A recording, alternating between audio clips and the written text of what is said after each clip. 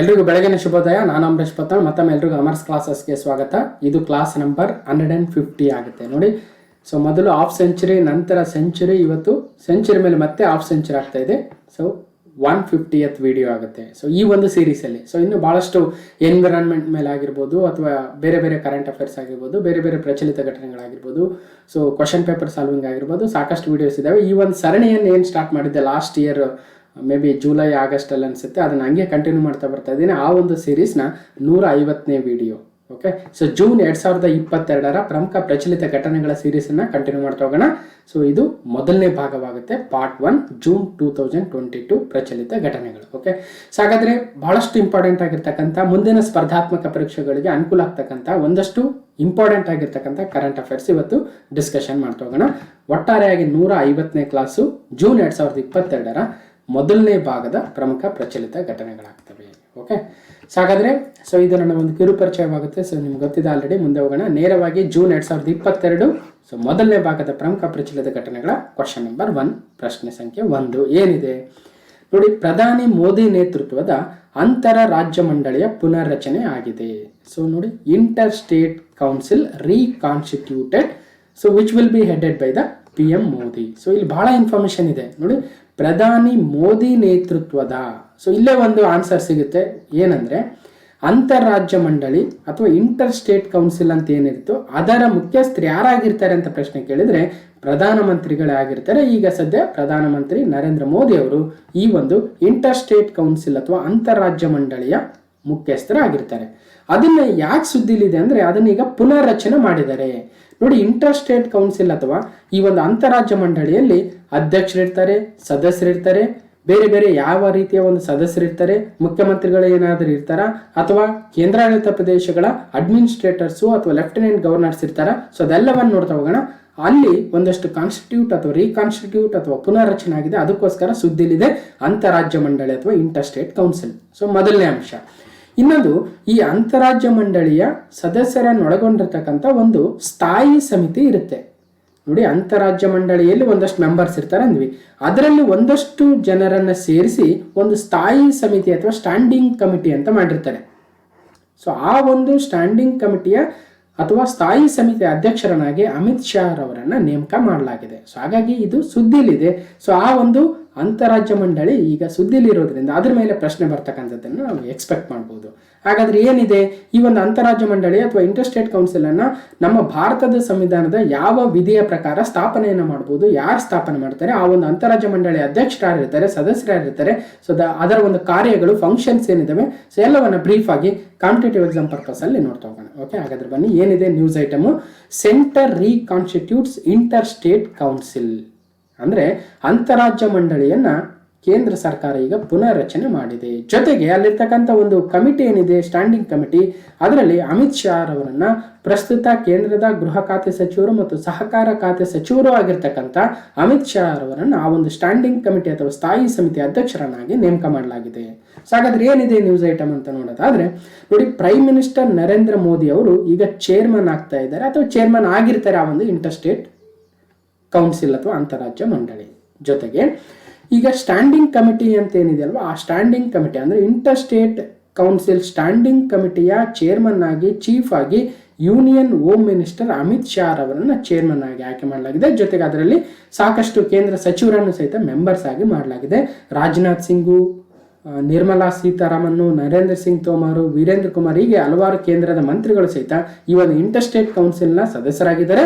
ಜೊತೆಗೆ ಸ್ಟ್ಯಾಂಡಿಂಗ್ ಕಮಿಟಿಯ ಸದಸ್ಯರಾಗಿ ಕೂಡ ಆಯ್ಕೆಯಾಗಿದ್ದಾರೆ. ಸೊ ಹಾಗಾದ್ರೆ ನೋಡೋದಾದ್ರೆ ನೋಡಿ, ಭಾರತದ ಸಂವಿಧಾನದ ಆರ್ಟಿಕಲ್ 263ರಲ್ಲಿ ಕೇಂದ್ರ ಮತ್ತು ರಾಜ್ಯಗಳ ನಡುವಿನ ಸಮನ್ವಯವನ್ನ ಉಂಟು ಮಾಡಲು ಅಂತಾರಾಜ್ಯ ಮಂಡಳಿಯ ಸ್ಥಾಪನೆಯನ್ನು ಮಾಡಬಹುದು ಅಂತಕ್ಕಂಥ ಒಂದು ಅವಕಾಶವನ್ನ ನಮ್ಮ ಭಾರತದ ಸಂವಿಧಾನದಲ್ಲಿ ನೀಡಲಾಗಿದೆ. So article 263 very very important. Okay. So ಹೀಗೆ ಈ ರೀತಿಯಾಗಿ ಅಂದರೆ ಯಾವ ಸುದ್ದಿಲಿ ಇರ್ತವೆ ಆ ಆರ್ಟಿಕಲ್ನಾದರೂ ನೆನ್ಪಿಡ್ತಕ್ಕಂಥದ್ದು ಅವಶ್ಯಕ ಎಲ್ಲ ಸ್ಪರ್ಧಾರ್ಥಿಗಳಿಗೆ. ಓಕೆ. ಇನ್ನು ಇದನ್ನು ಯಾರು ಸ್ಥಾಪನೆ ಅಥವಾ ಇದನ್ನು ಯಾರು ರಚನೆ ಮಾಡ್ತಾರೆ ಅಂದರೆ ರಾಷ್ಟ್ರಪತಿಗಳು ಸಾರ್ವಜನಿಕ ಹಿತಾಸಕ್ತಿಯ ಆಶಯದ ಮೇರೆಗೆ ಯಾವುದೇ ಸಮಯದಲ್ಲಿ ಯಾವುದೇ ಸಂದರ್ಭದಲ್ಲಿ ಅಂದರೆ ಅವಶ್ಯಕತೆಗೆ ಬಿದ್ದಂಗೆ ಅಂತಾರಾಜ್ಯ ಮಂಡಳಿಯನ್ನು ಸ್ಥಾಪನೆ ಮಾಡಬಹುದು ಅಂತ ಆರ್ಟಿಕಲ್ 263ರಲ್ಲಿ ಹೇಳಲಾಗಿದೆ. ಹಾಗಾದ್ರೆ ಆ 263 ಆರ್ಟಿಕಲ್ ಪ್ರಕಾರ ಸ್ಥಾಪನೆಯಾಗುವ ಇಂಟರ್ಸ್ಟೇಟ್ ಕೌನ್ಸಿಲ್ ಅಥವಾ ಅಂತಾರಾಜ್ಯ ಮಂಡಳಿಯ ಅಧ್ಯಕ್ಷರು ಪ್ರಧಾನಮಂತ್ರಿಗಳೇ ಆಗಿರ್ತಾರೆ. ಈಗ ಸದ್ಯ ನರೇಂದ್ರ ಮೋದಿ ಅವರು ಭಾರತದ ಪ್ರಧಾನಿ ಆಗಿರೋದ್ರಿಂದ ಈ ಒಂದು ಅಂತಾರಾಜ್ಯ ಮಂಡಳಿ ಅಥವಾ ಇಂಟರ್ಸ್ಟೇಟ್ ಕೌನ್ಸಿಲ್ನ ಅಧ್ಯಕ್ಷರು ಅವರೇ ಆಗಿರ್ತಾರೆ, ನರೇಂದ್ರ ಮೋದಿ ಅವರು. ಇನ್ನು ಸದಸ್ಯರು ಯಾರಾಗಿರ್ತಾರೆ ನೋಡಿ, ಅಂತರ ರಾಜ್ಯ ಅಂದ್ರೆ ಈ ಒಂದು ರಾಜ್ಯಗಳ ಮಧ್ಯೆ ಇರತಕ್ಕಂಥ ಒಂದಷ್ಟು ವಿಚಾರಗಳಿಗೆ ವಾದ ವಿವಾದ ಇದ್ದಾಗ ಅಥವಾ ಕೇಂದ್ರ ಮತ್ತು ರಾಜ್ಯಗಳ ಮಧ್ಯೆ ಇರತಕ್ಕಂಥ ವಾದ ವಿವಾದಗಳಿಗೆ ಅವುಗಳನ್ನು ಬಗೆಹರಿಸಲು ಈ ಅಂತಾರಾಜ್ಯ ಮಂಡಳಿ ಕಾರ್ಯನಿರ್ವಹಿಸುತ್ತೆ. ಹಾಗಾಗಿ ಇಲ್ಲಿ ಕೇವಲ ಕೇಂದ್ರವನ್ನ ಪ್ರತಿನಿಧಿಸ್ತಕ್ಕಂಥವ್ರು ಇರಬಾರ್ದು, ಜೊತೆಗೆ ರಾಜ್ಯಗಳ ಪ್ರತಿನಿಧ್ಯ ಕೂಡ ಇರಬೇಕಾಗತ್ತೆ. ಸೊ ಅದಕ್ಕೋಸ್ಕರ ಪ್ರಧಾನಮಂತ್ರಿಗಳು ಅದರ ಅಧ್ಯಕ್ಷರಾಗಿದ್ದರೂ ಸದಸ್ಯರು ಯಾರಾಗಿರ್ತಾರೆ ಅಂದ್ರೆ ಎಲ್ಲ ರಾಜ್ಯ ಮತ್ತು ಕೇಂದ್ರಾಡಳಿತ ಪ್ರದೇಶಗಳ ಮುಖ್ಯಮಂತ್ರಿಗಳಾಗಿರ್ತಾರೆ. ಸೊ ರಾಜ್ಯಗಳಲ್ಲಂತರೂ ಮುಖ್ಯಮಂತ್ರಿ ಇರ್ತಾರೆ, ಕೇಂದ್ರಾಡಳಿತ ಪ್ರದೇಶಗಳಲ್ಲಿ ಡೆಲ್ಲಿಲಿ ಪುದುಚೇರಿಯಲ್ಲಿ ಮುಖ್ಯಮಂತ್ರಿಗಳಿದ್ದಾರೆ, ಜಮ್ಮು ಕಾಶ್ಮೀರದಲ್ಲಿ ಈಗ ಅದು ರಾಜ್ಯ ಇಲ್ಲ, ಹಾಗಾಗಿ ಅಲ್ಲಿ ವಿಧಾನಸಭೆ ಇಲ್ಲ, ಮುಖ್ಯಮಂತ್ರಿಗಳು ಇಲ್ಲ. ಆದರೆ ಉಳಿದಿರ್ತಕ್ಕಂಥ ಕೇಂದ್ರಾಡಳಿತ ಪ್ರದೇಶಗಳಲ್ಲಿ ಲೆಫ್ಟಿನೆಂಟ್ ಗವರ್ನರ್ಗಳು ಇರ್ತಾರೆ, ಕೆಲವೊಂದರಲ್ಲಿ ಅಡ್ಮಿನಿಸ್ಟ್ರೇಟರ್ಸ್ ಇದ್ದಾರೆ, ನಮ್ಗೆ ಗೊತ್ತಿದೆ. ಸೊ ಅವರು ಸಹಿತನು ಈ ಒಂದು ಅಂತಾರಾಜ್ಯ ಮಂಡಳಿಯ ಸದಸ್ಯರಾಗಿರ್ತಾರೆ. ಜೊತೆಗೆ ಕೆಲವೊಂದು ರಾಜ್ಯಗಳಲ್ಲಿ ರಾಷ್ಟ್ರಪತಿ ಆಡಳಿತ ಇರುತ್ತೆ. ಸೊ ಅಲ್ಲಿ ಏನಿರ್ತಾರೆ, ಅಲ್ಲಿನ ಗವರ್ನರ್ ಅಥವಾ ರಾಜ್ಯಪಾಲರೇ ಆ ಒಂದು ರಾಜ್ಯದ ಮುಖ್ಯಸ್ಥರಾಗಿರ್ತಾರೆ. ಅಂತಹ ಸಂದರ್ಭದಲ್ಲೂ ಸಹಿತ ಆ ರಾಜ್ಯಪಾಲರೇ ಈ ಒಂದು ಇಂಟರ್ಸ್ಟೇಟ್ ಕೌನ್ಸಿಲ್ ಅನ್ನ ಪ್ರತಿನಿಧಿಸ್ತಾರೆ ಆ ರಾಜ್ಯದ ಪರವಾಗಿ. ಸೊ ಇದು ವೆರಿ ಇಂಪಾರ್ಟೆಂಟ್. ಸೊ ನೆಕ್ಸ್ಟ್ 6 ಕೇಂದ್ರ ಕ್ಯಾಬಿನೆಟ್ ದರ್ಜೆಯ ಮಂತ್ರಿಗಳು ಸಹಿತ ಅಂತಾರಾಜ್ಯ ಮಂಡಳಿಯ ಸದಸ್ಯರಾಗಿರ್ತಾರೆ. 6 ಕೇಂದ್ರ ಕ್ಯಾಬಿನೆಟ್ ದರ್ಜೆಯ ಮಂತ್ರಿಗಳು. ಓಕೆನಾ. ಜೊತೆಗೆ ಒಂದಷ್ಟು 5 ಇನ್ವೈಟಿ ಮಂತ್ರಿಗಳು ಇರ್ತಾರೆ, ಅಂದ್ರೆ ಕೆಲವೊಂದು ಮಂತ್ರಿಗಳನ್ನು ಇನ್ವೈಟೀಸ್ ಆಗಿ ಕರೆದಿರ್ತಾರೆ ಅಂತ ಕೂಡ ಇದೆ. ಸೊ ನೆನ್ಪಿಟ್ಕೊಳ್ಳಿ. ಇನ್ನೊಂದು, ಹಾಗಾದ್ರೆ ಆರ್ಟಿಕಲ್ 266ರ ವಿಶೇಷತೆ ಏನು, ಅದು ಏನು ಕಾರ್ಯನಿರ್ವಹಿಸುತ್ತೆ ಅಂದ್ರೆ ಇದನ್ನ ಸ್ಥಾಪನೆ ಮಾಡಲು ರಾಷ್ಟ್ರಪತಿಗಳ ಹತ್ರ ಒಂದು ಅಧಿಕಾರ ಇರುತ್ತೆ. ಇಂಟರ್ಸ್ಟೇಟ್ ಕೌನ್ಸಿಲ್ ಅಥವಾ ಅಂತಾರಾಜ್ಯ ಮಂಡಳಿಯನ್ನು ಯಾರು ಸ್ಥಾಪನೆ ಮಾಡಬಹುದು? ಪ್ರಧಾನಮಂತ್ರಿಗಳ, ಉಪರಾಷ್ಟ್ರಪತಿಗಳ, ರಾಷ್ಟ್ರಪತಿಗಳ, ಮುಖ್ಯಮಂತ್ರಿಗಳ ಅಂದ್ರೆ ಸರಿಯಾದ ಉತ್ತರ ಪ್ರೆಸಿಡೆಂಟ್ ಅಥವಾ ರಾಷ್ಟ್ರಪತಿಗಳು ಆರ್ಟಿಕಲ್ 263 ಪ್ರಕಾರ. ಇದ್ರ ಕೆಲಸ ಏನು ನೋಡಿ, enquiring into advising upon the disputes between the States. ಯಾವುದಾದರೂ 2 ರಾಜ್ಯಗಳ ಮಧ್ಯೆ ಇರತಕ್ಕಂಥ ಡಿಸ್ಪ್ಯೂಟ್ಗಳು, ವಿವಾದಗಳನ್ನ ಇತ್ಯರ್ಥಪಡಿಸಲು ಅಥವಾ ಎನ್ಕ್ವೈರಿ ಮಾಡಲು. ಈಗ ಸಪೋಸ್ ನಮ್ಮ ಕರ್ನಾಟಕ ಮಹಾರಾಷ್ಟ್ರಗಳ ಮಧ್ಯೆ ಇರ್ತಕ್ಕಂಥ ಗಡಿ ವಿವಾದ ಆಗಿರ್ಬೋದು, ಅಥವಾ ಮೇಘಾಲಯ, ಅಸ್ಸಾಂಗಳು ಅಥವಾ ಈಶಾನ್ಯ ರಾಜ್ಯಗಳ ಕೆಲವೊಂದು ರಾಜ್ಯಗಳಲ್ಲಿ ಕೆಲವೊಂದು ಜಿಲ್ಲೆಗಳಲ್ಲಿ ಪ್ರಾಬ್ಲಮ್ ಇದೆ, ಬಾರ್ಡರ್ ಪ್ರಾಬ್ಲಮ್, ಆ ವಿಚಾರಗಳಾಗಿರ್ಬೋದು. ಓಕೆ, ಇಂಥ ವಿಚಾರಗಳನ್ನ ಅಂತಾರಾಜ್ಯ ವಿಚಾರಗಳು. ಓಕೆ. ಜೊತೆಗೆ ನೋಡಿ, discussing the subjects important for both states as well as centre. ರಾಜ್ಯಗಳಿಗೂ ಮತ್ತು ಕೇಂದ್ರಕ್ಕೂ ಇಂಪಾರ್ಟೆಂಟ್ ಆಗಿರ್ತಕ್ಕಂಥ ಕೆಲವೊಂದು ವಿಷಯಗಳನ್ನ ಡಿಸ್ಕಸ್ ಮಾಡೋದಕ್ಕೆ ಇಂಟರ್ಸ್ಟೇಟ್ ಕೌನ್ಸಿಲ್ ನಲ್ಲಿ ಕೆಲವೊಂದು ಕಾರ್ಯಗಳನ್ನು ನೀಡಲಾಗಿದೆ ಆರ್ಟಿಕಲ್ 263B ಯಲ್ಲಿ. ಹಾಗಾದ್ರೆ ಏನಿದೆ, ಈಗ ಒಂದು ಎಕ್ಸಾಂಪಲ್ ತೆಗೆದುಕೊಳ್ಳೋದಾದ್ರೆ ನೋಡಿ, ಮೊನ್ನೆ ಒಂದು ವಿಚಾರ ಬಂದಿತ್ತು, ಏನು, ಸಹಕಾರ. ಕೇಂದ್ರ ಸರ್ಕಾರ ಏನ್ ಮಾಡ್ತು, ನರೇಂದ್ರ ಮೋದಿ ನೇತೃತ್ವದ ಕೇಂದ್ರ ಸರ್ಕಾರ ಹೊಸದಾಗಿರ್ತಕ್ಕಂಥ ಸಹಕಾರ ಸಚಿವಾಲಯವನ್ನ, ಸಹಕಾರ ಮಂತ್ರಾಲಯವನ್ನ, ಕೋಆಪರೇಟಿವ್ ಮಿನಿಸ್ಟ್ರಿಯನ್ನ ಸ್ಥಾಪನೆ ಮಾಡಿತ್ತು ಮೊಟ್ಟ ಮೊದಲ ಬಾರಿಗೆ. ಅದರ ಮೊದಲ ಮಿನಿಸ್ಟರ್ ಆಗಿ ಅಮಿತ್ ಶಾ ಅವರನ್ನೇ ನೇಮಕ ಮಾಡಿತ್ತು ಕೇಂದ್ರದ ಗೃಹ ಖಾತೆ ಸಚಿವರು, ಈ ಸಹಕಾರ ಸಚಿವರು ಕೂಡ ಆಗಿದ್ರು. ಸೊ ಅದನ್ನ ಎಕ್ಸಾಮ್ ಅಲ್ಲಿ ಕೂಡ ಕೇಳಿದ್ರು, ಮೊನ್ನೆ ನಮ್ಗೆಲ್ಲ ಗೊತ್ತಿದೆ. ಸೊ ಇಂಥ ವಿಚಾರ ಇದು ಯಾಕೆ ಸುದ್ದಿಲಿ ಬಂದಿತ್ತು ಅಂದ್ರೆ, ಸಹಕಾರ ವಿಚಾರ ಇರ್ತಕ್ಕಂಥದ್ದು ಕೇಂದ್ರ ಪಟ್ಟಿಯಲ್ಲ, ಬದಲಾಗಿ ಸಮವರ್ತ ಪಟ್ಟಿಯಲ್ಲೂ ಅಲ್ಲ, ಆದ್ರೆ ಅದಿರ್ತಕ್ಕಂಥದ್ದು ರಾಜ್ಯ ಪಟ್ಟಿಯಲ್ಲಿ. ಹೀಗೆ ಒಂದು ರಾಜ್ಯ ಪಟ್ಟಿಯಲ್ಲಿರ್ತಕ್ಕಂಥ ಈ ಒಂದು ವಿಚಾರದ ಮೇಲೆ ಕೇಂದ್ರ ಸರ್ಕಾರ ಹೆಚ್ಚಿನ ಮೂಗು ತೂಡಿಸ್ತಾ ಇದೆ, ಹೆಚ್ಚಿನ ಅಧಿಕಾರವನ್ನ ತೆಗೆದುಕೊಳ್ತಾ ಇದೆ. ಸಹಕಾರ ವಿಚಾರ ಇರ್ತಕ್ಕಂಥದ್ದು, ಸಬ್ಜೆಕ್ಟ್ ಇರ್ತಕ್ಕಂಥದ್ದು ಸ್ಟೇಟ್ ಲಿಸ್ಟ್ ಅಲ್ಲಿ, not in a central list, not in a concurrent list, but it is present in a state list. ಹೀಗೆ ರಾಜ್ಯ ಪಟ್ಟಿಯಲ್ಲಿರ್ತಕ್ಕಂಥ ಒಂದು ವಿಚಾರಕ್ಕೆ ಕೇಂದ್ರ ಸರ್ಕಾರ ಅಷ್ಟೊಂದು ಅಧಿಕಾರವನ್ನ ವಹಿಸೋದಕ್ಕೆ ಬರೋದಿಲ್ಲ. ಸೊ ಅಂಥ ವಿಚಾರಗಳು ಏನಿರ್ತವೆ, ಅದಕ್ಕೋಸ್ಕರ ಸಾಕಷ್ಟು ರಾಜ್ಯ ಸರ್ಕಾರಗಳು ವಿರೋಧವನ್ನು ವ್ಯಕ್ತಪಡಿಸಿದವು. ಹೀಗೆ ರಾಜ್ಯ ಮತ್ತು ಕೇಂದ್ರ ಸರ್ಕಾರಗಳ ಮಧ್ಯೆ ಇರತಕ್ಕಂಥ ಡಿಸ್ಪ್ಯೂಟ್ಸ್ ಆಗಿರ್ಬೋದು, ಒಂದಷ್ಟು ವಾದ ವಿವಾದಗಳಾಗಿರ್ಬೋದು, ಅವುಗಳನ್ನು ಸಹಿತ ಬಗೆಹರಿಸಲು ಇಂಟರ್ಸ್ಟೇಟ್ ಕೌನ್ಸಿಲ್ ಕಾರ್ಯನಿರ್ವಹಿಸುತ್ತೆ. ಓಕೆ, ಹೀಗೆ ಸಾಕಷ್ಟು ಕೆಲಸಗಳನ್ನು ಮಾಡುತ್ತೆ ಇಂಟರ್ಸ್ಟೇಟ್ ಕೌನ್ಸಿಲ್. ಸೊ ಇದರಲ್ಲಿ ಯಾರ್ಯಾರು ಸದಸ್ಯರಾಗಿರ್ತಾರೆ ಅಂತ ನೋಡಿದ್ವಿ. ಜೊತೆಗೆ ಈ ಸದಸ್ಯರಲ್ಲಿಯೇ ಒಂದು ಅಂತಾರಾಜ್ಯ ಮಂಡಳಿಯ ಸ್ಥಾಯಿ ಸಮಿತಿ ಅಂತ ಇರುತ್ತೆ, ಅಂದರೆ ಸ್ಟ್ಯಾಂಡಿಂಗ್ ಕಮಿಟಿ. ಇಲ್ಲಿ ನೋಡಿ, ಸೊ ಇದು ಇಂಟರ್ ಸ್ಟೇಟ್ ಕೌನ್ಸಿಲ್, ಇಲ್ಲಿ ಎಲ್ಲ ಮೆಂಬರ್ಸ್ ಇದ್ದಾರೆ, ಪ್ರೆಸಿಡೆಂಟ್ಸ್ ಇದ್ದಾರೆ, ಎಲ್ಲರೂ ಇದ್ದಾರೆ. ಈ ಒಂದು ವಿಚಾರಗಳು ಆ ಒಂದು ಪ್ಯಾನೆಲ್ ಅಲ್ಲಿ ಡಿಸ್ಕಸ್ ಆಗಬೇಕಾಗಿರ್ತಕ್ಕಂಥ ವಿಚಾರಗಳು ಆ ಒಂದು ಕೌನ್ಸಿಲ್ಗೆ ಮಂಡಳಿಗೆ ತೆಗೆದುಕೊಂಡು ಹೋಗೋದಕ್ಕಿಂತ ಮುಂಚೆ ಮೊದಲು ಸ್ಟ್ಯಾಂಡಿಂಗ್ ಕಮಿಟಿ ಅವೆಲ್ಲವುಗಳನ್ನ ನಿರ್ಧಾರ ಮಾಡುತ್ತೆ, ಅವುಗಳನ್ನ ಡಿಸ್ಕಷನ್ ಮಾಡುತ್ತೆ. Whether that particular topic can be put in front of the inter state council ಮುಂದೆ ಇಡಬಹುದಾ ಇಲ್ವಾ ಅಂತ ಡಿಸ್ಕಷನ್ ಮಾಡುತ್ತೆ. ಸೊ ಈ ರೀತಿಯಾಗಿ ಅಂದರೆ ಆ ಒಂದು ಇಂಟರ್ ಸ್ಟೇಟ್ ಕೌನ್ಸಿಲ್ಗೆ ಮುಂದೆ ವಿಚಾರ ಹೋಗೋದಕ್ಕೆ ಮುಂಚೆ ಅವುಗಳನ್ನು ನಿರ್ಧಾರ ಮಾಡೋದು, ಅವುಗಳ ಬಗ್ಗೆ ಡಿಸ್ಕಷನ್ ಮಾಡೋದು ಈ ಸ್ಟ್ಯಾಂಡಿಂಗ್ ಕಮಿಟಿ ಆಗುತ್ತೆ. ಆ ಸ್ಟ್ಯಾಂಡಿಂಗ್ ಕಮಿಟಿ ಅಥವಾ ಸ್ಥಾಯಿ ಸಮಿತಿ ಅಧ್ಯಕ್ಷರೀಗ ಕೇಂದ್ರದ ಗೃಹ ಖಾತೆ ಮತ್ತು ಸಹಕಾರ ಖಾತೆ ಸಚಿವರಾಗಿರ್ತಕ್ಕಂಥ ಅಮಿತ್ ಶಾ ಅವರೇ ಇದ್ದಾರೆ. ಓಕೆ, ಇದೆಲ್ಲವಾಯಿತು. ಹಾಗಾದ್ರೆ ಆರ್ಟಿಕಲ್ 263 ಪ್ರಕಾರ ಭಾರತದಲ್ಲಿ ಇಂಟರ್ ಸ್ಟೇಟ್ ಕೌನ್ಸಿಲ್ ಅಥವಾ ಅಂತಾರಾಜ್ಯ ಮಂಡಳಿಯನ್ನ ಸ್ಥಾಪನೆ ಮಾಡಬಹುದು ಅಂತ ಏನಿತ್ತಲ್ವಾ, ಅದನ್ನ ನಮ್ಮ ಭಾರತದ ಸ್ವಾತಂತ್ರ್ಯ ಅಥವಾ ನಮ್ಮ ಭಾರತಕ್ಕೆ ನಾವು ನಮ್ಮ ಸಂವಿಧಾನವನ್ನು ಅರ್ಪಿಸಿಕೊಂಡ ಮರುದಿನವೇ ಬಂತ ಅಂದ್ರೆ ಇಲ್ಲ. 1988ರಲ್ಲಿ ನ್ಯಾಯಮೂರ್ತಿ RS ಸರ್ಕಾರಿ ಆಯೋಗವನ್ನು ಸ್ಥಾಪನೆ ಮಾಡಲಾಗಿತ್ತು. ಈ ಒಂದು ಅಂತಾರಾಜ್ಯ ಇರ್ತಕ್ಕಂಥ ವಿಚಾರಗಳನ್ನ ಬಿಕ್ಕಟ್ಟನ್ನ ಯಾವ ರೀತಿಯಾಗಿ ಸಾಲ್ವ್ ಮಾಡಬೇಕು ಅನ್ನೋ ಉದ್ದೇಶಕ್ಕೆ ಅಲ್ವಾ. ಆಗ RS ಸರ್ಕಾರಿ ಆಯೋಗ ಒಂದು ಶಿಫಾರಸನ್ನು ಮಾಡುತ್ತೆ, ಏನಂತ, ಅಂತಾರಾಜ್ಯ ಮಂಡಳಿಯನ್ನು ಸ್ಥಾಪನೆ ಮಾಡಬೇಕಂತ. ಹಾಗಾಗಿ 1990ರಲ್ಲಿ ಮೊದಲ ಬಾರಿಗೆ ಈ ಒಂದು ಅಂತಾರಾಜ್ಯ ಮಂಡಳಿಯನ್ನು ಇಂಟರ್ ಸ್ಟೇಟ್ ಕೌನ್ಸಿಲ್ ಅನ್ನು ಸ್ಥಾಪನೆ ಮಾಡ್ತಾರೆ. ಸೊ ಹೀಗೆ ಈ ಎಲ್ಲಾ ವಿಚಾರಗಳು ಇವತ್ತು ಹೊರಗೆ ಬರ್ತವೆ. ಇವೆಲ್ಲವೂ ಸ್ಪರ್ಧಾತ್ಮಕ ಪರೀಕ್ಷೆಗಳಿಗೆ ಉಪಯೋಗ ಆಗ್ತವೆ. ಯಾಕಂದ್ರೆ ಈಗ ಪ್ರಧಾನಿ ಮೋದಿ ನೇತೃತ್ವದ ಅಂತಾರಾಜ್ಯ ಮಂಡಳಿ ಅಥವಾ ಇಂಟರ್ ಸ್ಟೇಟ್ ಕೌನ್ಸಿಲ್ ರೀಕಾನ್ಸ್ಟಿಟ್ಯೂಟ್ ಆಗಿದೆ, ಪುನರ್ರಚನೆ ಆಗಿದೆ, ಮತ್ತು ಅಲ್ಲಿನ ಒಂದು ಸ್ಥಾಯಿ ಸಮಿತಿಗೆ ಅಮಿತ್ ಶಾ ಅವರು ಅಧ್ಯಕ್ಷರಾಗಿದ್ದಾರೆ. ಹಾಗಾಗಿ ಈ ಆರ್ಟಿಕಲ್ 263 ಆಗಿರ್ಬೋದು ಅಥವಾ RS ಸರ್ಕಾರಿಯ ಕಮಿಷನ್ ಆಗಿರ್ಬೋದು ಮತ್ತು ಈ ಒಂದು ಅಂತಾರಾಜ್ಯ ಮಂಡಳಿಯ ವಿವಿಧ ಸದಸ್ಯರು ಮತ್ತು ಅದರ ಫಂಕ್ಷನ್ಸ್ ಕಾರ್ಯಾಚರಣೆಗಳು ಏನೇನಿದಾವೆ ಅನ್ನೋವು ಎಲ್ಲವೂ ಇಂಪಾರ್ಟೆಂಟ್ ಆಗ್ತವೆ. ಓಕೆ, ಹಾಗಾದರೆ ಎರಡನೇ ಪ್ರಶ್ನೆಗೆ ಹೋಗೋಣ. Question number 2. ಇತ್ತೀಚಿನ ನ್ಯಾಷನಲ್ ಸ್ಟಾಟಿಸ್ಟಿಕಲ್ ಆಫೀಸ್ನ ಅಪ್ಡೇಟ್ ಬಂದಿದೆ ಜೂನ್ 2022. ಇದರ ಪ್ರಕಾರ 2021-22ರಲ್ಲಿ ಭಾರತದ GDP ಬೆಳವಣಿಗೆ ಅಂದಾಜು ಎಷ್ಟಿದೆ?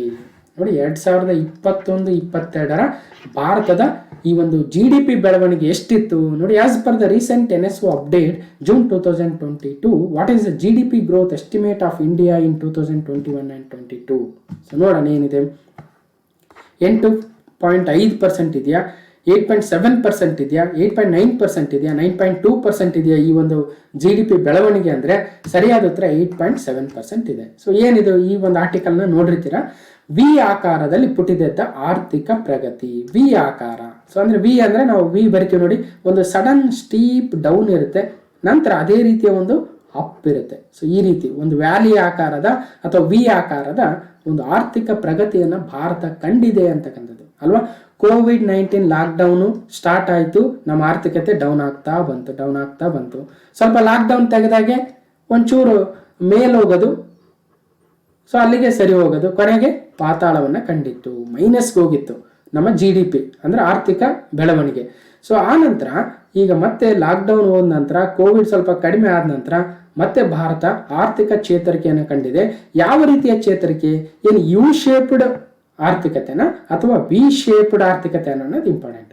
ಸೊ ನಾವು ವಿ ಶೇಪ್ಡ್ ಎಕಾನಮಿಯನ್ನು ಕಾಣ್ತಾ ಇದ್ದೀವಿ, GDPಯನ್ನು ನಮ್ಮ GDP ಬೆಳವಣಿಗೆ ವಿ ಶೇಪ್ಡ್ ಕಾಣ್ತಾ ಇದೆ. ಹಾಗಾದ್ರೆ ಎಷ್ಟು ಪ್ರಗತಿಯನ್ನು ಕಂಡಿದೆ ನೋಡೋಣ. ನೋಡಿ, ಉತ್ಪಾದನೆ, ಗಣಿ, ನಿರ್ಮಾಣ ಈ 3 ವಲಯಗಳು ಅತ್ಯಂತ ಹೆಚ್ಚಿನ ಬೆಳವಣಿಗೆಯನ್ನು ಕಾಣ್ತಾ ಇದ್ದಾವೆ. ಯಾವುದಾವುದು? ಮ್ಯಾನುಫ್ಯಾಕ್ಚರಿಂಗು, ಮೈನಿಂಗು ಮತ್ತು ಈ ಒಂದು ನಿರ್ಮಾಣ ಅಥವಾ ಬಿಲ್ಡಿಂಗ್ ಏನಿದ್ದಾವೆ, ಬೇರೆ ಬೇರೆ ವಲಯದ ಏನು ನಮ್ಮ ಬೇರೆ ಬೇರೆ ವಲಯಗಳು, ನಿರ್ಮಾಣ ವಲಯಗಳಂತ ಏನು ಕರಿತೀವಿ, ಅವೆಲ್ಲವೂ ಕೂಡ ಒಂದು ಒಳ್ಳೆಯ ಬೆಳವಣಿಗೆಯನ್ನು ಕಂಡಿದ್ದಾವೆ. ಹಾಗಾದ್ರೆ ಏನಿದೆ ಆರ್ಟಿಕಲಲ್ಲಿ ನೋಡಿ, 2020-21ರಲ್ಲಿ ಪಾತಾಳಕ್ಕೆ ಅಂದರೆ -6.6%ಗೆ ಕುಸಿದಿದ್ದ GDP ನೋಡ್ಬೋದು ಇಲ್ಲಿ ಈ ಒಂದು ಡಯಾಗ್ರಾಮಲ್ಲಿ. ಸೊ ಈ ರೀತಿಯಾಗಿ ಹೋಯ್ತು. ಸೊ 2011-12ರಲ್ಲಿ ಸೊ ಒಳ್ಳೆಯ ಬೆಳವಣಿಗೆಯನ್ನು ಭಾರತ ಕಾಣಿಸ್ತಾ ಇತ್ತು. ಸೊ ನಂತರ 2019-20ರಲ್ಲಿ ನೋಡ್ಬೋದು. ಸೊ ನೋಡಿ, 21ಕ್ಕೆ ಬಂದಾಗ ಇನ್ನಷ್ಟು ಕುಸಿತವನ್ನು ಕಂಡಿತು, -6.6 ಅಂದರೆ 2020-21ನೇ ಸಾಲಿನಲ್ಲಿ. ನಂತರ 2021-22ರಲ್ಲಿ ಒಂದೇ ಸಲಕ್ಕೆ ವಿ ಆಕಾರದ ಬೆಳವಣಿಗೆಯನ್ನು ಕಂಡಿದೆ, 8.7% ಬೆಳವಣಿಗೆ. ಕಳೆದ ವರ್ಷ -6.6, ಈ ವರ್ಷ 8.7% GDP ಬೆಳವಣಿಗೆ ಕಂಡಿದೆ. ಓಕೆ, ಹೀಗೆ ವಿ ಆಕಾರದಲ್ಲಿ ಪುಟಿದೆದ್ದಿದ್ದು ಕಳೆದ ಹಣಕಾಸು ವರ್ಷ 2021-22ರಲ್ಲಿ 8.7ಕ್ಕೆ ಏರಿಕೆಯಾಗಿದೆ. ಸೊ ನೋಡಿ, ವೆರಿ ಇಂಪಾರ್ಟೆಂಟು, ನಂಬರೇ ಕೇಳ್ತಾರೆ. ಫ್ಯಾಕ್ಟ್ಸ್ ಅಂದ್ರೇನು, ಶೇಕಡ ಎಷ್ಟು ಅಂತಾನೆ ನೇರವಾಗಿ ಕೇಳ್ತಕ್ಕಂಥ ಚಾನ್ಸಸ್ ಹೆಚ್ಚಿನ ಪ್ರಮಾಣದಲ್ಲಿದೆ. ಸೊ ನೆನ್ಪಿಡಬೇಕು. ಇನ್ನು 2000 ಇಸ್ವಿಯ ನಂತರದಲ್ಲಿ ಅತ್ಯಂತ ಬೆಳವಣಿಗೆ ಆಗಿದ್ದು ದೇಶದ ಆರ್ಥಿಕತೆಗೆ ಭರವಸೆಯನ್ನು ಮೂಡಿದೆ. ಓಕೆ, ಕೋವಿಡ್ ಬಿಕ್ಕಟ್ಟಿನ ಹಿನ್ನೆಲೆಯಲ್ಲಿ ಉತ್ಪಾದನೆ, ಉದ್ಯಮ, ಪೂರೈಕೆ ಸರಪಳಿಗಳು ದಿಕ್ಕು ತಪ್ಪಿ ದೇಶದ ಆರ್ಥಿಕತೆ ಕುಸಿದಿತ್ತು. ಕೋವಿಡ್ ಪ್ರಭಾವ ತಗ್ಗಿದ್ದು ಆರ್ಥಿಕತೆ ಮರಳಿ ಪ್ರಗತಿಯ ಅಲೆಗೆ ಮರಳಿದೆ. ಇನ್ನು 8 ವಲಯಗಳು ಪ್ರಮುಖವಾಗಿರತಕ್ಕಂಥ ಕೊಡುಗೆಯನ್ನು ನೀಡಿದವೆ.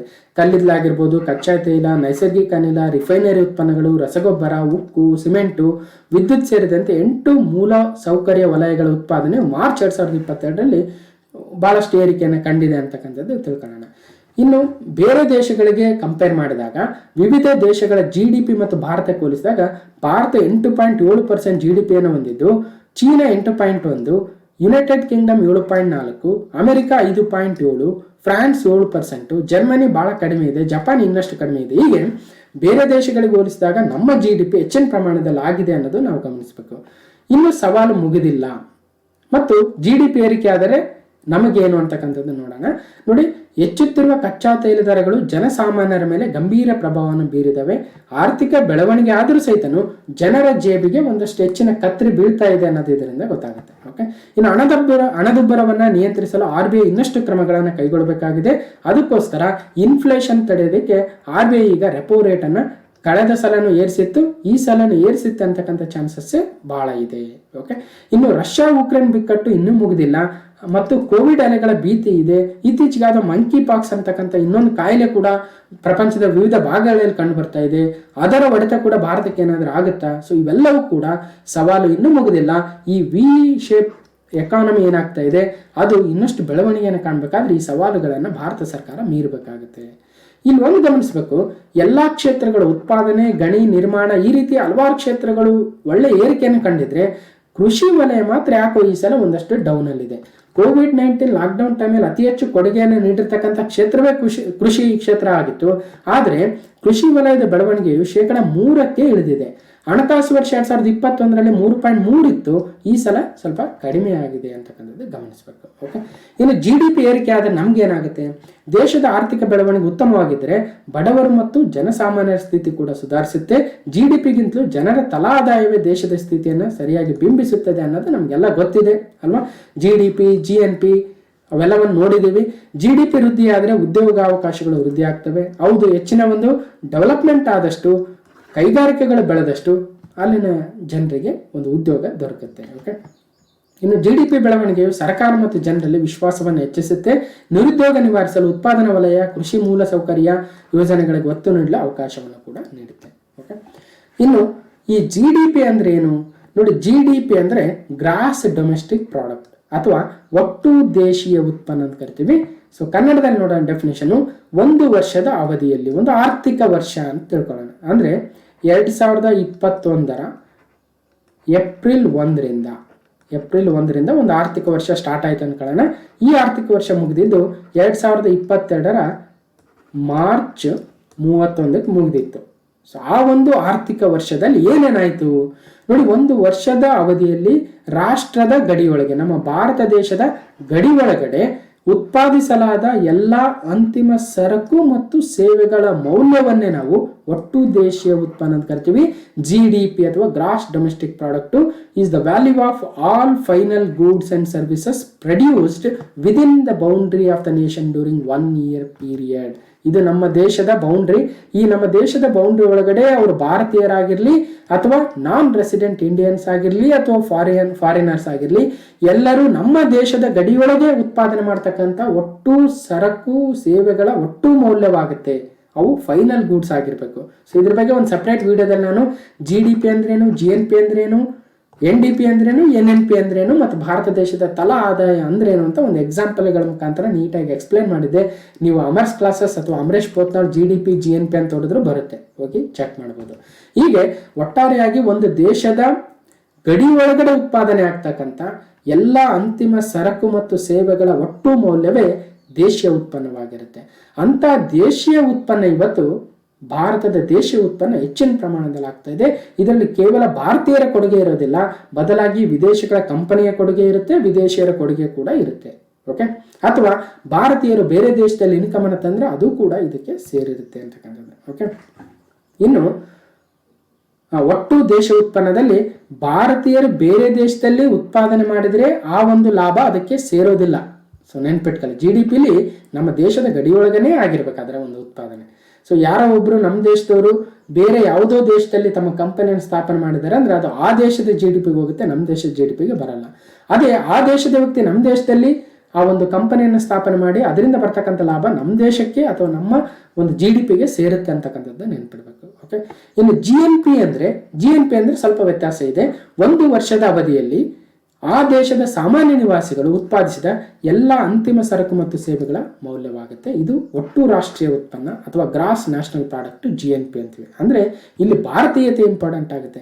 ಇಲ್ಲಿ ನೋಡಿ, ಅಮರೇಶ್ ಪೋತ್ನಾಳು, ಜಸ್ಪ್ರೀತ್ ಬೂಮ್ರಾ ಇವರಿಬ್ರು ಭಾರತೀಯರಾಗ್ತಾರೆ, ಆದ್ರೆ ಕ್ರಿಸ್ ಗೇಲ್ ಭಾರತೀಯ ಆಗಲ್ಲ. ಹಾಗಾಗಿ ಬೂಮ್ರಾ ಪ್ರಪಂಚದ ಯಾವುದೇ ಭಾಗದಲ್ಲಿ ಇನ್ಕಮ್ ಅನ್ನ ತರಲಿ, ಅಮರೇಶ್ ಪೋತ್ನಾಳು ಪ್ರಪಂಚದ ಯಾವುದೇ ಭಾಗದಲ್ಲಿ ಇನ್ಕಮ್ ಅನ್ನ ತರಲಿ ಅಲ್ವಾ. ಸೊ ಅವೆರಡು ನಮ್ಮ GNPಗೆ ಸೇರ್ತವೆ ಅಂತಕ್ಕಂಥದ್ದು ಇಂಪಾರ್ಟೆಂಟ್. GNPಯೇ ಬೇರೆ, GDPಯೇ ಬೇರೆ. ಅರ್ಥ ಆಗದೆ ಹೋದ್ರೆ ಆ ವಿಡಿಯೋ ನೋಡಿ, ಕಂಪ್ಲೀಟ್ ಎಕ್ಸ್ಪ್ಲನೇಷನ್ ಒಂದು ಎಕ್ಸಾಂಪಲ್ ತೆಗೆದುಕೊಂಡ್ಬಿಟ್ಟಿದ್ದೇನೆ. ಅದಕ್ಕೆ ಅಮರೇಶ್, ಬೂಮ್ರಾ, ಕ್ರಿಸ್ ಗೇಲ್ ಅಂತ ABC ಅಂತ ತೆಗೆದುಕೊಂಡು ABCಯಲ್ಲಿ ಯಾವುದು A ಯಾವುದು, C ಯಾವುದು, B ಯಾವುದು, ಯಾವ್ದಾವುದಕ್ಕೆ ಯಾವ್ದು ಸೇರ್ತವೆ ಅಂತ ಎಕ್ಸಾಂಪಲ್ನ ಕೊಟ್ಟಿದ್ದೀನಿ. ಓಕೆ, ಸೊ ಇಷ್ಟು ಅರ್ಥ ಆಯ್ತು ಅಂತ ಹೇಳ್ತೀನಿ. ಒಟ್ಟಾರೆಯಾಗಿ ನೋಡೋದಾದ್ರೆ ನಮ್ಮ ದೇಶದ ಆರ್ಥಿಕತೆ 8.7% ಏರಿಕೆಯನ್ನು ಕಾಣುವುದರ ಮೂಲಕ ಕಳೆದ ವರ್ಷಕ್ಕೆ ಹೋಲಿಸಿದಾಗ ಉತ್ತಮ ಆರ್ಥಿಕ ಬೆಳವಣಿಗೆಯನ್ನು ಭಾರತ ಕಾಣ್ತಾ ಇದೆ. ಯಾವ ಕ್ಷೇತ್ರಗಳು ಬೆಳವಣಿಗೆ ಕಾಣ್ತಾ ಇದ್ದಾವೆ, ಯಾವ ಕ್ಷೇತ್ರಗಳು ಬೆಳವಣಿಗೆ ಕಾಣ್ತಾ ಇಲ್ಲ, ಮತ್ತು ಪ್ರಪಂಚದ ವಿವಿಧ ದೇಶಗಳ GDPಗೆ ಕಂಪೇರ್ ಮಾಡಿದಾಗ ಭಾರತದ ಆರ್ಥಿಕ ಪ್ರಗತಿ ಸಾಕಷ್ಟು ಮುಂದುವರೆದಿದೆ ಅನ್ನೋದು ಗೊತ್ತಾಗುತ್ತೆ. ಓಕೆ, ಸೊ ಇಷ್ಟು ತಿಳ್ಕೊಳ್ಳೋಣ. So next move on to the next question number 3. June 1, 2022ರಿಂದ ಜಾರಿಗೆ ಬರುವಂತೆ ಕ್ರಮವಾಗಿ PMJJBY PMSBYನ ಹೊಸ ವಾರ್ಷಿಕ ಪ್ರೀಮಿಯಂ ದರಗಳು ಯಾವುವು? ಏನು ಸರ್ ಇದು PMJJBY ನಾವು ಕೇಳೇ ಇಲ್ಲ ಅಂತ ಅನ್ಕೊಂಡಿರ್ತೀರ. ಸೊ ಆಕ್ಚುಲಿ ಕೇಳಬೇಕಾಗುತ್ತೆ, ನೆನಪಿಡಲೇಬೇಕಾಗುತ್ತೆ, ಯಾಕಂದ್ರೆ ಸುದ್ದಿಲಿದ್ದಾವೆ. Okay, what are the new annual premium rates of PMJJBY PMSBY respectively with effect from June 2022 June 1. Okay, so ಏನಂದ್ರೆ ಇವು ಎರಡು ಸ್ಕೀಮ್ಗಳು. ಓಕೆ, ಗೌರ್ಮೆಂಟ್ ಸ್ಕೀಮ್ ಅಂದ್ಗಳೇ ಅದರ ಒಂದು ಎಕ್ಸ್ಪಾನ್ಷನ್ ಆಗಿರ್ಬೋದು, ಅದರ ಒಂದು ಕಂಡೀಷನ್ಸ್ ಏನೇನಿದ್ದಾವೆ, ಅದು ಯಾರಿಗೆ ಯೂಸ್ ಆಗುತ್ತೆ ಅವೆಲ್ಲವನ್ನ ಸ್ಟೇಟ್ಮೆಂಟ್ ವೈಸ್ ಕೇಳ್ತಕ್ಕಂಥ ಚಾನ್ಸಸ್ ಕೂಡ ಇರುತ್ತೆ. ಹಾಗಾಗಿ ಇಲ್ಲಿ 2 ಸ್ಕೀಮ್ ಇದಾವೆ, ಅವುಗಳ ಪ್ರೀಮಿಯಂ ದರಗಳು ಹೆಚ್ಚಾಗಿದ್ದಾವೆ. June 1 ಮೊನ್ನೆಯಿಂದ ಹೆಚ್ಚಾಗಿದ್ದಾವೆ. ಸೊ ಹಾಗಾದ್ರೆ ಯಾವ ಸ್ಕೀಮ್ಗಳವು, ಅವುಗಳ ಎಕ್ಸ್ಪಾನ್ಷನ್ ಏನು, ಅವುಗಳನ್ನ ಯಾವ ಒಂದು ಕ್ಯಾಟಗರಿಗೆ ಸೇರಿಸ್ತಾರೆ ನೋಡೋಣ. ಮೊದಲು ಇವುಗಳು ಏನಂತ ಹೇಳ್ತೀನಿ, ಆ ನಂತರ ಬರೋಣ. Okay, right. ಸೊ ಒಂದು PMJJBY ಇದೊಂದು. ಸೊ ಈ ಕಡೆ ಇನ್ನೊಂದಿದೆ PMSBY. ಸೊ ಇಲ್ಲಿದೆ, ಅದನ್ನೇ ನೋಡಿ ಬರ್ತಾ ಇದ್ದೀನಿ ನೋಡಿ. PM ಅಂದ್ರೆ ಪ್ರಧಾನಮಂತ್ರಿ, JJ ಅಂದ್ರೆ ಜೀವನ ಜ್ಯೋತಿ, BY ಅಂದ್ರೆ ಬಿಮಾ ಯೋಜನೆ. ಪ್ರಧಾನಮಂತ್ರಿ ಜೀವನ್ ಜ್ಯೋತಿ ಬಿಮಾ ಯೋಜನೆ. ಬಿಮಾ ಅಂದ್ರೆ ಒಂಥರ ಇನ್ಶೂರೆನ್ಸ್ ಯೋಜನೆ. ಓಕೆ, ಸೊ ಹಾಗಾದ್ರೆ ಪ್ರಧಾನಮಂತ್ರಿ ಜೀವನ್ ಜ್ಯೋತಿ ಬಿಮಾ ಯೋಜನೆಯಲ್ಲಿ ಪ್ರತಿ ವರ್ಷ ನಾವು 330 ರೂಪಾಯಿಗಳನ್ನ ಕಟ್ಟಿದ್ರೆ 2 ಲಕ್ಷ ರೂಪಾಯಿ ಸಮ್ ಅಶ್ಯೂರ್ಡ್ ಇರ್ತಕ್ಕಂಥ ಒಂದು ಲೈಫ್ ಇನ್ಶೂರೆನ್ಸ್ ಸ್ಕೀಮನ್ನ ಪ್ರಧಾನಮಂತ್ರಿಗಳು ತಂದಿದ್ರು ಸುಮಾರು 2015ರಲ್ಲಿ ಅನ್ಸುತ್ತೆ. ಈಗ 2022ರಲ್ಲಿ ಅದರ ಒಂದು ಪ್ರೀಮಿಯಂ ಅನ್ನ ಹೆಚ್ಚಿಗೆ ಮಾಡಿದರೆ 330ರಿಂದ ಎಷ್ಟಕ್ಕೆ ಹೆಚ್ಚಿಗೆ ಮಾಡಿದ್ದಾರೆ ಅನ್ನೋದು ಮೊದಲನೇ ಪ್ರಶ್ನೆ. ಓಕೆ, ಎರಡನೇದು ಬರೋಣ. PMSBY ಏನಿದೆ? PMSBY ಅಂದ್ರೆ ಪ್ರಧಾನಮಂತ್ರಿ ಸುರಕ್ಷಾ ಬಿಮಾ ಯೋಜನಾ. ಪ್ರಧಾನಮಂತ್ರಿ ಸುರಕ್ಷಾ ಬಿಮಾ ಯೋಜನಾ. ಸೊ ಇದು ಸಹಿತನು 2 ಲಕ್ಷ ರೂಪಾಯಿ ಸಮ್ ಅಶ್ಯೂರ್ಡ್ ಇರ್ತಕ್ಕಂಥ ಒಂದು ಆಕ್ಸಿಡೆಂಟ್ ಇನ್ಶೂರೆನ್ಸ್ ಸ್ಕೀಮ್. ಅಪಘಾತ ಸಮಯದಲ್ಲಿ ಆ ಒಂದು ಅಪಘಾತಕ್ಕೆ ಒಳಗಾಗಿರ್ತಕ್ಕಂಥ ವ್ಯಕ್ತಿಗೆ 2 ಲಕ್ಷ ರೂಪಾಯಿಗಳನ್ನು ನೀಡ್ತಕ್ಕಂಥ ಯೋಜನೆ ಆಗುತ್ತೆ. ಆದ್ರೆ ಆ ವ್ಯಕ್ತಿ ಪ್ರತಿ ವರ್ಷ 12 ರೂಪಾಯಿಗಳನ್ನ ಕಟ್ಟಿರ್ಬೇಕಾಗುತ್ತೆ. 2015ರಲ್ಲಿ ಬಂದಿರತಕ್ಕಂಥ ಸ್ಕೀಮು. ಈಗ 2022ರಲ್ಲಿ ಇದರ ಒಂದು ಪ್ರೀಮಿಯಂ ಅನ್ನ ಅಂದ್ರೆ ವರ್ಷಕ್ಕೆ ಎಷ್ಟು ಕಟ್ಟಬೇಕು ಅನ್ನೋದನ್ನ ಹೆಚ್ಚಿಗೆ ಮಾಡಿದ್ದಾರೆ. ಸೊ PMJJBY ಎಷ್ಟು ಹೆಚ್ಚಿಗೆ ಮಾಡಿದ್ದಾರೆ, PMSBY ಎಷ್ಟು ಹೆಚ್ಚಿಗೆ ಮಾಡಿದ್ದಾರೆ ಅನ್ನೋದೇ ಪ್ರಶ್ನೆ. ನಮಗೆ ಗೊತ್ತಾಯ್ತು PMJJBY ಅಂದ್ರೆ ಎಕ್ಸ್ಪಾನ್ಷನ್ ಗೊತ್ತಾಯ್ತು, PMSBY ಅಂದ್ರೆ ಎಕ್ಸ್ಪಾನ್ಷನ್ ಗೊತ್ತಾಯ್ತು, ಮತ್ತು ಅದರ ಪ್ರೀಮಿಯಂ ಎಷ್ಟೆಷ್ಟಿತ್ತು ಅಂತ ಗೊತ್ತಾಯ್ತು. ಇದು 330, ಇದು 12.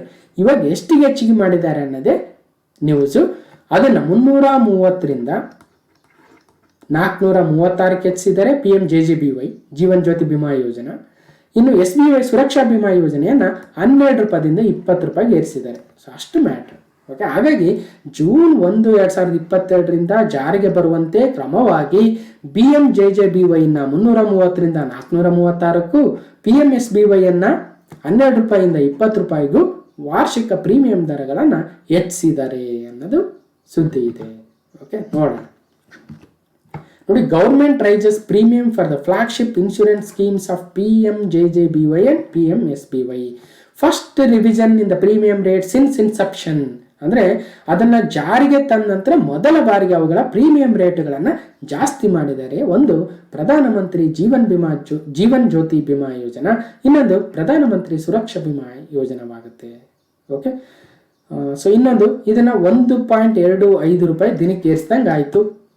ಇನ್ನೊಂದು 12 ರೂಪಾಯಿಂದ 20 ರೂಪಾಯಿಗೆ ಏರಿಸಿದಂಗೆ ಆಯಿತು ಜೂನ್ 1ರಿಂದ, ನೆನ್ಪಿಡ್ಬೇಕು. ಓಕೆ, ಇನ್ನೊಂದು ನೋಡಿ, ಬ್ಯಾಂಕಿನಲ್ಲಿ ಒಂದು ಅಕೌಂಟನ್ನು ಹೊಂದಿರತಕ್ಕಂಥವ್ರಿಗೆ 18ರಿಂದ 70 ವರ್ಷದ ವಯಸ್ಸಿನವರಿಗೆ ಈ ಒಂದು PMSBY ಯೋಜನೆಯನ್ನು ಜಾರಿಗೆ ತರಲಾಗಿತ್ತು. ಅಂದರೆ ನೋಡಿ, ಲೈಸೆನ್ಸ್ ಇರಬೇಕು. ಲೈಸೆನ್ಸ್ ಇದ್ದಂಥವ್ರು ವೆಹಿಕಲ್ ಓಡಿಸ್ಬೇಕು. ಆ ವೆಹಿಕಲ್ ಓಡಿಸ್ಬೇಕಾದ್ರೆ ಏನಾದರೂ ಅಪಘಾತವಾದರೆ PMSBY ಅಪ್ಲೈ ಆಗುತ್ತೆ. ಅದಕ್ಕೋಸ್ಕರ 18 ವರ್ಷ ಮೇಲ್ಪಟ್ಟು 70 ವರ್ಷಗಳ ಒಳಗಿನವರಿಗೆ ಈ ಒಂದು PMSBYನ ತಂದಿದ್ರು. ಸೊ 12 ರೂಪಾಯಿ ಕಟ್ಟಬೇಕಾಗಿತ್ತು, ಈಗ 20 ರೂಪಾಯಿಗೆ ಏರಿಸಿದ್ದಾರೆ. ಸಮ್ ಅಶ್ಯೂರ್ಡ್ 2 ಲಕ್ಷ, ನೆನ್ಪಿಡ್ಬೇಕು. ಇಲ್ಲಿ ಸ್ಟೇಟ್ಮೆಂಟ್ ವೈಸ್ ಕೇಳ್ಬಿಡ್ತಾರೆ. PMSBY ಯೋಜನೆಗೆ ಸಂಬಂಧಿಸಿದಂತೆ ಕೆಳಗಿನ ಯಾವ ಹೇಳಿಕೆ ತಪ್ಪಾಗಿದೆ? ಇದೊಂದು ಅಪಘಾತ ವಲಯಕ್ಕೆ ಅಥವಾ ಅಪಘಾತಕ್ಕೆ ಸಂಬಂಧಿಸಿದ ಇನ್ಶೂರೆನ್ಸ್ ಸ್ಕೀಮ್ ಆಗಿದೆ, ಸರಿನಾ ತಪ್ಪ? ಇದೊಂದು ಬೆಂಕಿ ಅವಘಡಕ್ಕೆ ಸಂಬಂಧಿಸಿರ್ತಕ್ಕಂಥ, ಅಥವಾ ಇದರಲ್ಲಿ ಸಮ್ ಅಶ್ಯೂರ್ಡ್ 5 ಲಕ್ಷ ರೂಪಾಯಿ ಇದೆ ಮತ್ತು ಪ್ರೀಮಿಯಮ್ 12 ರೂಪಾಯಿ ಇದೆ. ಸೊ ನೋಡಿ, ಸೊ ನಮಗೆ ಯಾವುದು ಸರಿ ಯಾವ್ದು ತಪ್ಪು ಅನ್ನೋದಕ್ಕೆ ಸಾಕಷ್ಟು ವಿಚಾರ ಗೊತ್ತಿರ್ಬೇಕು. ಕೇವಲ ಪ್ರಧಾನಮಂತ್ರಿ ಸುರಕ್ಷಾ ಬಿಮಾ ಯೋಜನೆಯ ಎಕ್ಸ್ಪಾನ್ಷನ್ ಗೊತ್ತಿದ್ರೆ ಸಾಕಾಗಲ್ಲ. ಓಕೆ, ಸೊ ಇನ್ನೊಂದು ಬರೋಣ. ಪ್ರಧಾನಮಂತ್ರಿ ಜೀವನ್ ಜ್ಯೋತಿ ಬಿಮಾ ಯೋಜನೆ ನೋಡಿದ್ವಿ. 330 ರೂಪಾಯಿಂದ 436 ರೂಪಾಯಿಗೆ ಏರಿಸಿದ್ದಾರೆ. ರೈಟ್, 436 ರೂಪಾಯಿಗೆ ಏರಿಸಿದ್ದಾರೆ. ಇದನ್ನು ಸಹಿತನು ಅಕೌಂಟ್ ಹೋಲ್ಡರ್ಸ್ ಯಾರ್ಯಾರು ಇರ್ತಾರೆ 18ರಿಂದ 50 ವರ್ಷದ ಒಳಗಿನವರಿಗೆ ಈ ಒಂದು PMJJBYನ ನೀಡಲಾಗುತ್ತೆ, ಆ ಒಂದು ಇನ್ಶೂರೆನ್ಸ್ ಸ್ಕೀಮನ್ನು. ಓಕೆ, ಯಾವ ಏಜು 18ರಿಂದ 50 ವರ್ಷ ಆಗಿರ್ಬೇಕು ಅವರಿಗೆ. ಓಕೆ, ಇನ್ನೊಂದಿದೆ ಅಟಲ್ ಪೆನ್ಷನ್ ಯೋಜನಾ. ಅಟಲ್ ಪೆನ್ಷನ್ ಯೋಜನೆ ಅಂತ, ಇದನ್ನು ಸಹಿತನು ಯಾವುದಾದ್ರೂ ಬ್ಯಾಂಕಲ್ಲಿ ಅಕೌಂಟ್ ಹೊಂದಿರತಕ್ಕಂಥವ್ರಿಗೆ 18ರಿಂದ 40 ವರ್ಷದ ಒಳಗಿನವರಿಗೆ ನೀಡಲಾಗುತ್ತೆ ಅಟಲ್ ಪೆನ್ಷನ್ ಯೋಜನಾ. ಓಕೆ, ಇದರಲ್ಲಿ ಸುಮಾರು 42 ರೂಪಾಯಿಂದ 210 ರೂಪಾಯಿವರೆಗೂ ಮಂತ್ಲಿ ಕಟ್ಬೋದು. ಅದಕ್ಕೆ ತಕ್ಕಂತೆ ನಮಗೆ ಮುಂದೆ one can avail monthly pension up to 1000ರಿಂದ 5000ವರೆಗೂ 60 ವರ್ಷ ಆಗೋವರೆಗೂ ಸಹಿತ ನಮಗೆ ಪೆನ್ಷನ್ ಥರ ಕೊಡ್ತಾ ಹೋಗ್ತಾರೆ. ಅಂದರೆ ಈಗ ಗೌರ್ಮೆಂಟ್ ಎಂಪ್ಲಾಯೀಸ್ಗೆ ಏನು ಪೆನ್ಷನ್ ಇತ್ತು ಹಿಂದೆ OPS ಸ್ಕೀಮಲ್ಲಿ, NPS ಸ್ಕೀಮಲ್ಲಿ ಪೆನ್ಷನ್ ಎಲ್ಲ ಬದಲಾಗಿ ಅದರಲ್ಲಿ ಏನು ಕಟ್ ಆಗಿರುತ್ತೆ ಅದರಲ್ಲೇ ಒಂದಷ್ಟು ಪೆನ್ಷನ್ ಅಮೌಂಟ್ ಥರ ಬರ್ತಾ ಹೋಗುತ್ತೆ. ಆದರೆ ಈ ಗೌರ್ಮೆಂಟ್ ಸ್ಕೀಮಿಂದ ಅಥವಾ ಪ್ರೈವೇಟ್ ಜಾಬಲ್ಲಿ ಇರ್ತಕ್ಕಂಥವ್ರನ್ನ ಬಿಟ್ಟು ಉಳಿದಿರ್ತಕ್ಕಂಥವರಿಗೆ ಒಂದು ಪೆನ್ಷನ್ ಯೋಜನೆ ಬೇಕಾಗುತ್ತಲ್ವ. ಸೊ ಹಾಗಾಗಿ ಪಿಂಚಣಿ ವ್ಯವಸ್ಥೆ ಬೇಕಾಗುತ್ತೆ. ಅದಕ್ಕೆ ಅಟಲ್ ಪೆನ್ಷನ್ ಯೋಜನೆ ಅಂತ ತಂದಿದ್ರು. ಅದರಲ್ಲಿ ಸುಮಾರು 42 ರೂಪಾಯಿ ಅಥವಾ 210 ರೂಪಾಯಿವರೆಗೂ ಒಂದಷ್ಟು ಬೇರೆ ಬೇರೆ ಸ್ಲಾಬ್ಸ್ ಇದಾವೆ. ಆ ಸ್ಲಾಬ್ಸನ್ನ ಕಟ್ಟಿದ್ರೆ 1000ದಿಂದ 5000 ಒಳಗಡೆ ಅವ್ರು ಕಟ್ಟಿರ್ತಕ್ಕಂಥ ಅಮೌಂಟ್ ಮೇಲೆ ಅವ್ರಿಗೆ ಪೆನ್ಷನ್ ಬರ್ತಾ ಹೋಗುತ್ತೆ. ಸೊ ಈ ರೀತಿಯ ಸ್ಕೀಮು ಅಟಲ್ ಪೆನ್ಷನ್ ಯೋಜನೆ ಆಗುತ್ತೆ. ಒಟ್ಟಾರೆಯಾಗಿ ಯಾವ ಸುದ್ದಿಲಿದ್ದೇವೆ ಅವುಗಳನ್ನ ನಾವು ನೆನಪಿಡಲೇಬೇಕಾಗುತ್ತೆ. ಓಕೆ, ನೆಕ್ಸ್ಟ್ ಕ್ವಶನ್ ನಂಬರ್ 4 ನೋಡಿ. ವಿಶ್ವ ಹಾಲು ದಿನ ಅಥವಾ ವರ್ಲ್ಡ್ ಮಿಲ್ಕ್ ಡೇ 2022 ಯಾವ ದಿನ ಆಚರಣೆ ಮಾಡ್ತೀವಿ ಅಂದರೆ ಜೂನ್ 1 ಆಗುತ್ತೆ. ಸೊ ಈ ಒಂದು ವರ್ಷದ ಅಂದರೆ 2022ರ ವಿಶ್ವ ಹಾಲು ದಿನದ ಥೀಮು ಡೈರಿ ನೆಟ್ ಜೀರೋ ಅಂತ ಇದೆ. ಸೊ ಸ್ವಲ್ಪ ನೀವು ಕನ್ಫರ್ಮ್ ಮಾಡ್ಕೊಳ್ಳಿ ಒಂದ್ಸಲ. Dairy net zero world milk ಡೇದ ಥೀಮ್ ಆಗುತ್ತೆ. ಓಕೆ, ಸೊ ನೆಕ್ಸ್ಟು ನೋಡಿ, ವಿಶ್ವ ಹಾಲು ದಿನಾಚರಣೆ ಜೂನ್ 1, 2022. ದೇಶ ಪರಿಸರ, ಪೌಷ್ಟಿಕತೆ ಮತ್ತು ಸಾಮಾಜಿಕ ಆರ್ಥಿಕ ಸಬಲೀಕರಣ ಸಮೇತ ಹೈನೋದ್ಯಮದಲ್ಲಿ ಸುಸ್ಥಿರತೆಯನ್ನು ಕಾಣಬೇಕು ಅನ್ನೋ ಉದ್ದೇಶವನ್ನು ಇಟ್ಕೊಂಡಿದ್ದಾರೆ. ಸೊ KMF ಈ ಒಂದು ಅಡ್ವರ್ಟೈಸ್ಮೆಂಟನ್ನು ಪೇಪರಲ್ಲಿ, ನ್ಯೂಸ್ ಪೇಪರಲ್ಲಿ ಹಾಕ್ಸಿತ್ತು. ಸೊ ಅದನ್ನು ಇಲ್ಲಿ ತಂದು ನಿಮಗೆ ಕೊಡ್ತಾ ಇದ್ದೀನಿ. ಸೊ ವಿಶ್ವ ಹಾಲು ದಿನಾಚರಣೆ ಜೂನ್ 1, 2022. ಇನ್ನು ಇಲ್ಲಿ 2 ಪ್ರಶ್ನೆಗಳು ಇಂಪಾರ್ಟೆಂಟು. ಒಂದು, ನಮ್ಮ ಭಾರತದ ಕ್ಷೀರ ಕ್ರಾಂತಿಯ ಪಿತಾಮಹ ಅಂತ ಯಾರನ್ನ ಕರಿತೀವಿ ಅಂದರೆ ಡಾಕ್ಟರ್ ವರ್ಗೀಸ್ ಕುರಿಯನ್ ಅವರನ್ನು. ಓಕೆ, ಸೊ ಕಳೆದ ಒಂದು ಯಾವುದೋ ಒಂದು ಕರೆಂಟ್ ಅಫೇರ್ಸಲ್ಲಿ ವರ್ಗೀಸ್ ಕುರಿಯನ್ ಅವ್ರ ಬಗ್ಗೆ ಸಾಕಷ್ಟು ವಿಚಾರಗಳನ್ನು ಮಾತಾಡಿದ್ವಿ ಅಲ್ವಾ. ಸೊ ಆಲ್ರೆಡಿ ಗೊತ್ತಿದೆ, ವರ್ಗೀಸ್ ಕುರಿಯನ್ ಅವರು ಕ್ಷೀರ ಕ್ರಾಂತಿಯ ಪಿತಾಮಹ. Okay, so next MV Krishnappa ಅಂತ ಈ ಕಡೆ ಇದ್ದಾರೆ. ಸೊ ನೀವು ಕೇಳಿರಲ್ಲ, ಕರ್ನಾಟಕದ ಹೈನೋದ್ಯಮ ಸ್ವಾವಲಂಬನೆಯ ಹರಿಕಾರ. ನಮ್ಮ ಕರ್ನಾಟಕದಲ್ಲಿ ಹೈನೋದ್ಯಮ ಅದರ ಒಂದು ಸ್ವಾವಲಂಬನೆಯನ್ನು ಪಡಿಬೇಕಾದ್ರೆ ಹರಿಕಾರರು ಯಾರು ಅಂದರೆ MV ಕೃಷ್ಣಪ್ಪನವರು. ಇವರು ನಿಜಲಿಂಗಪ್ಪ ಗೌರ್ಮೆಂಟಲ್ಲಿ ಅನಿಸುತ್ತೆ, ಅಲ್ಲಿ ಏನು ಡೈರಿ ಮಿನಿಸ್ಟರ್ ಆಗಿದ್ರು, ಅಂದರೆ ಕಂದಾಯ ಮತ್ತು ಡೈರಿ ಮಿನಿಸ್ಟರ್ ಆಗಿದ್ರು ಅನಿಸುತ್ತೆ. ಸೊ ಅವರು ನಮ್ಮ ಕರ್ನಾಟಕದಲ್ಲಿ KMF ಬರಲು, ಈ ಒಂದು ಮಿಲ್ಕ್ ಫೆಡರೇಷನ್ ಬರಲು ಸಾಕಷ್ಟು ಪ್ರಯತ್ನವನ್ನು ಮಾಡ್ತಾರೆ. ಸೊ ಹಾಗಾಗಿ ನಮ್ಮ ಕರ್ನಾಟಕದ ಹೈನೋದ್ಯಮ ಸ್ವಾವಲಂಬನೆ ಹರಿಕಾರ.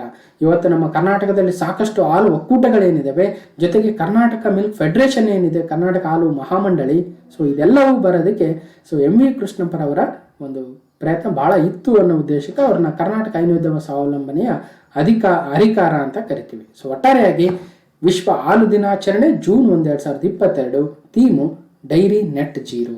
Okay, so next question number 5, very very important. NARCL ಅಥವಾ ಶಾರ್ಟ್ ಆಗಿ ಬ್ಯಾಡ್ ಬ್ಯಾಂಕ್ ಅಂತ ಓದಿದ್ವಿ ನಾವು, ಬ್ಯಾಡ್ ಬ್ಯಾಂಕ್. ಓಕೆ, ಈ ಬ್ಯಾಡ್ ಬ್ಯಾಂಕ್ನ ಕಾರ್ಯ ಏನು ಅಂತ ಆಲ್ರೆಡಿ ಎಕ್ಸ್ಪ್ಲೇನ್ ಮಾಡಿದ್ದೆ, ನೋಡೋಣ.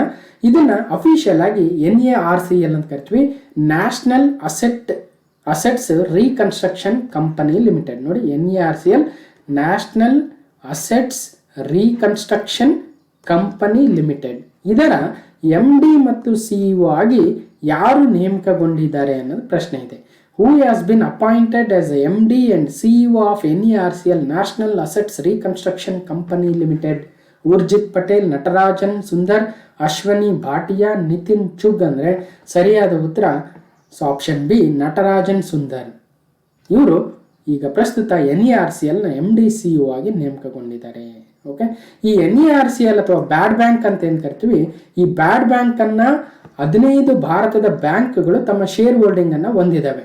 ಓಕೆ, ಕೇಂದ್ರ ಸರ್ಕಾರ ಇದನ್ನು ಸ್ಥಾಪನೆ ಮಾಡಿದ್ರು, ಅದರಲ್ಲಿ 15 ಭಾರತದ ಬ್ಯಾಂಕ್ಗಳು ತಮ್ಮ ಒಂದು ಶೇರ್ ಅನ್ನ ಹೊಂದಿದ್ದಾವೆ ಅನ್ನೋದು ನೆನ್ಪಿಡ್ಬೇಕು.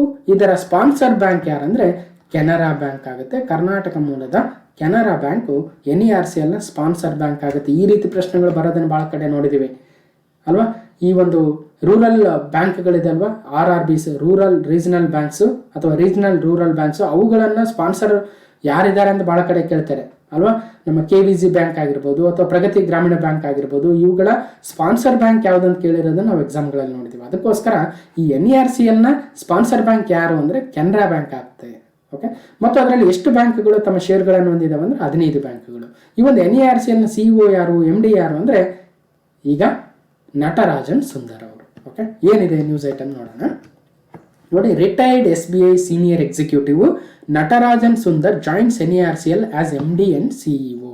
Okay, national assets reconstruction company ಲಿಮಿಟೆಡ್ನ ಮ್ಯಾನೇಜಿಂಗ್ ಡೈರೆಕ್ಟರು ಅಂದರೆ ಏನು ವ್ಯವಸ್ಥಾಪಕ ನಿರ್ದೇಶಕರು, CEO ಅಂದರೆ ಚೀಫ್ ಎಕ್ಸಿಕ್ಯೂಟಿವ್ ಆಫೀಸರ್ ಅಥವಾ ಮುಖ್ಯ ಕಾರ್ಯನಿರ್ವಹಣಾಧಿಕಾರಿ. ಮುಖ್ಯ ಕಾರ್ಯನಿರ್ವಹಣಾಧಿಕಾರಿ ಅಂದರೆ ನೋಡಿ, chief executive officer. Managing director ಅಂದರೆ ವ್ಯವಸ್ಥಾಪಕ ನಿರ್ದೇಶಕರು NARCL. ಓಕೆ, ಅವರು ಭಾಳಷ್ಟು ವರ್ಷಗಳ ಕಾಲ ನಟರಾಜನ್ ಸುಂದರ್ ಅವರು SBIಯಲ್ಲಿ ಸುಮಾರು 37 ವರ್ಷಗಳ ಕಾಲ ಕಾರ್ಯನಿರ್ವಹಿಸಿದರು. ಸೊ ಅಂಥ ಒಂದು ಬ್ಯಾಂಕಿಂಗ್ ಕ್ಷೇತ್ರದಲ್ಲಿ ಸಾಕಷ್ಟು ಅನುಭವವನ್ನು ಹೊಂದಿರತಕ್ಕಂಥ ನಟರಾಜನ್ ಸುಂದರ್ ಅವರನ್ನು NARCLನ MD CEO ಆಗಿ ಮಾಡಿದ್ದಾರೆ. ಈ NARCLನ MD CEO ಬೇರೆ.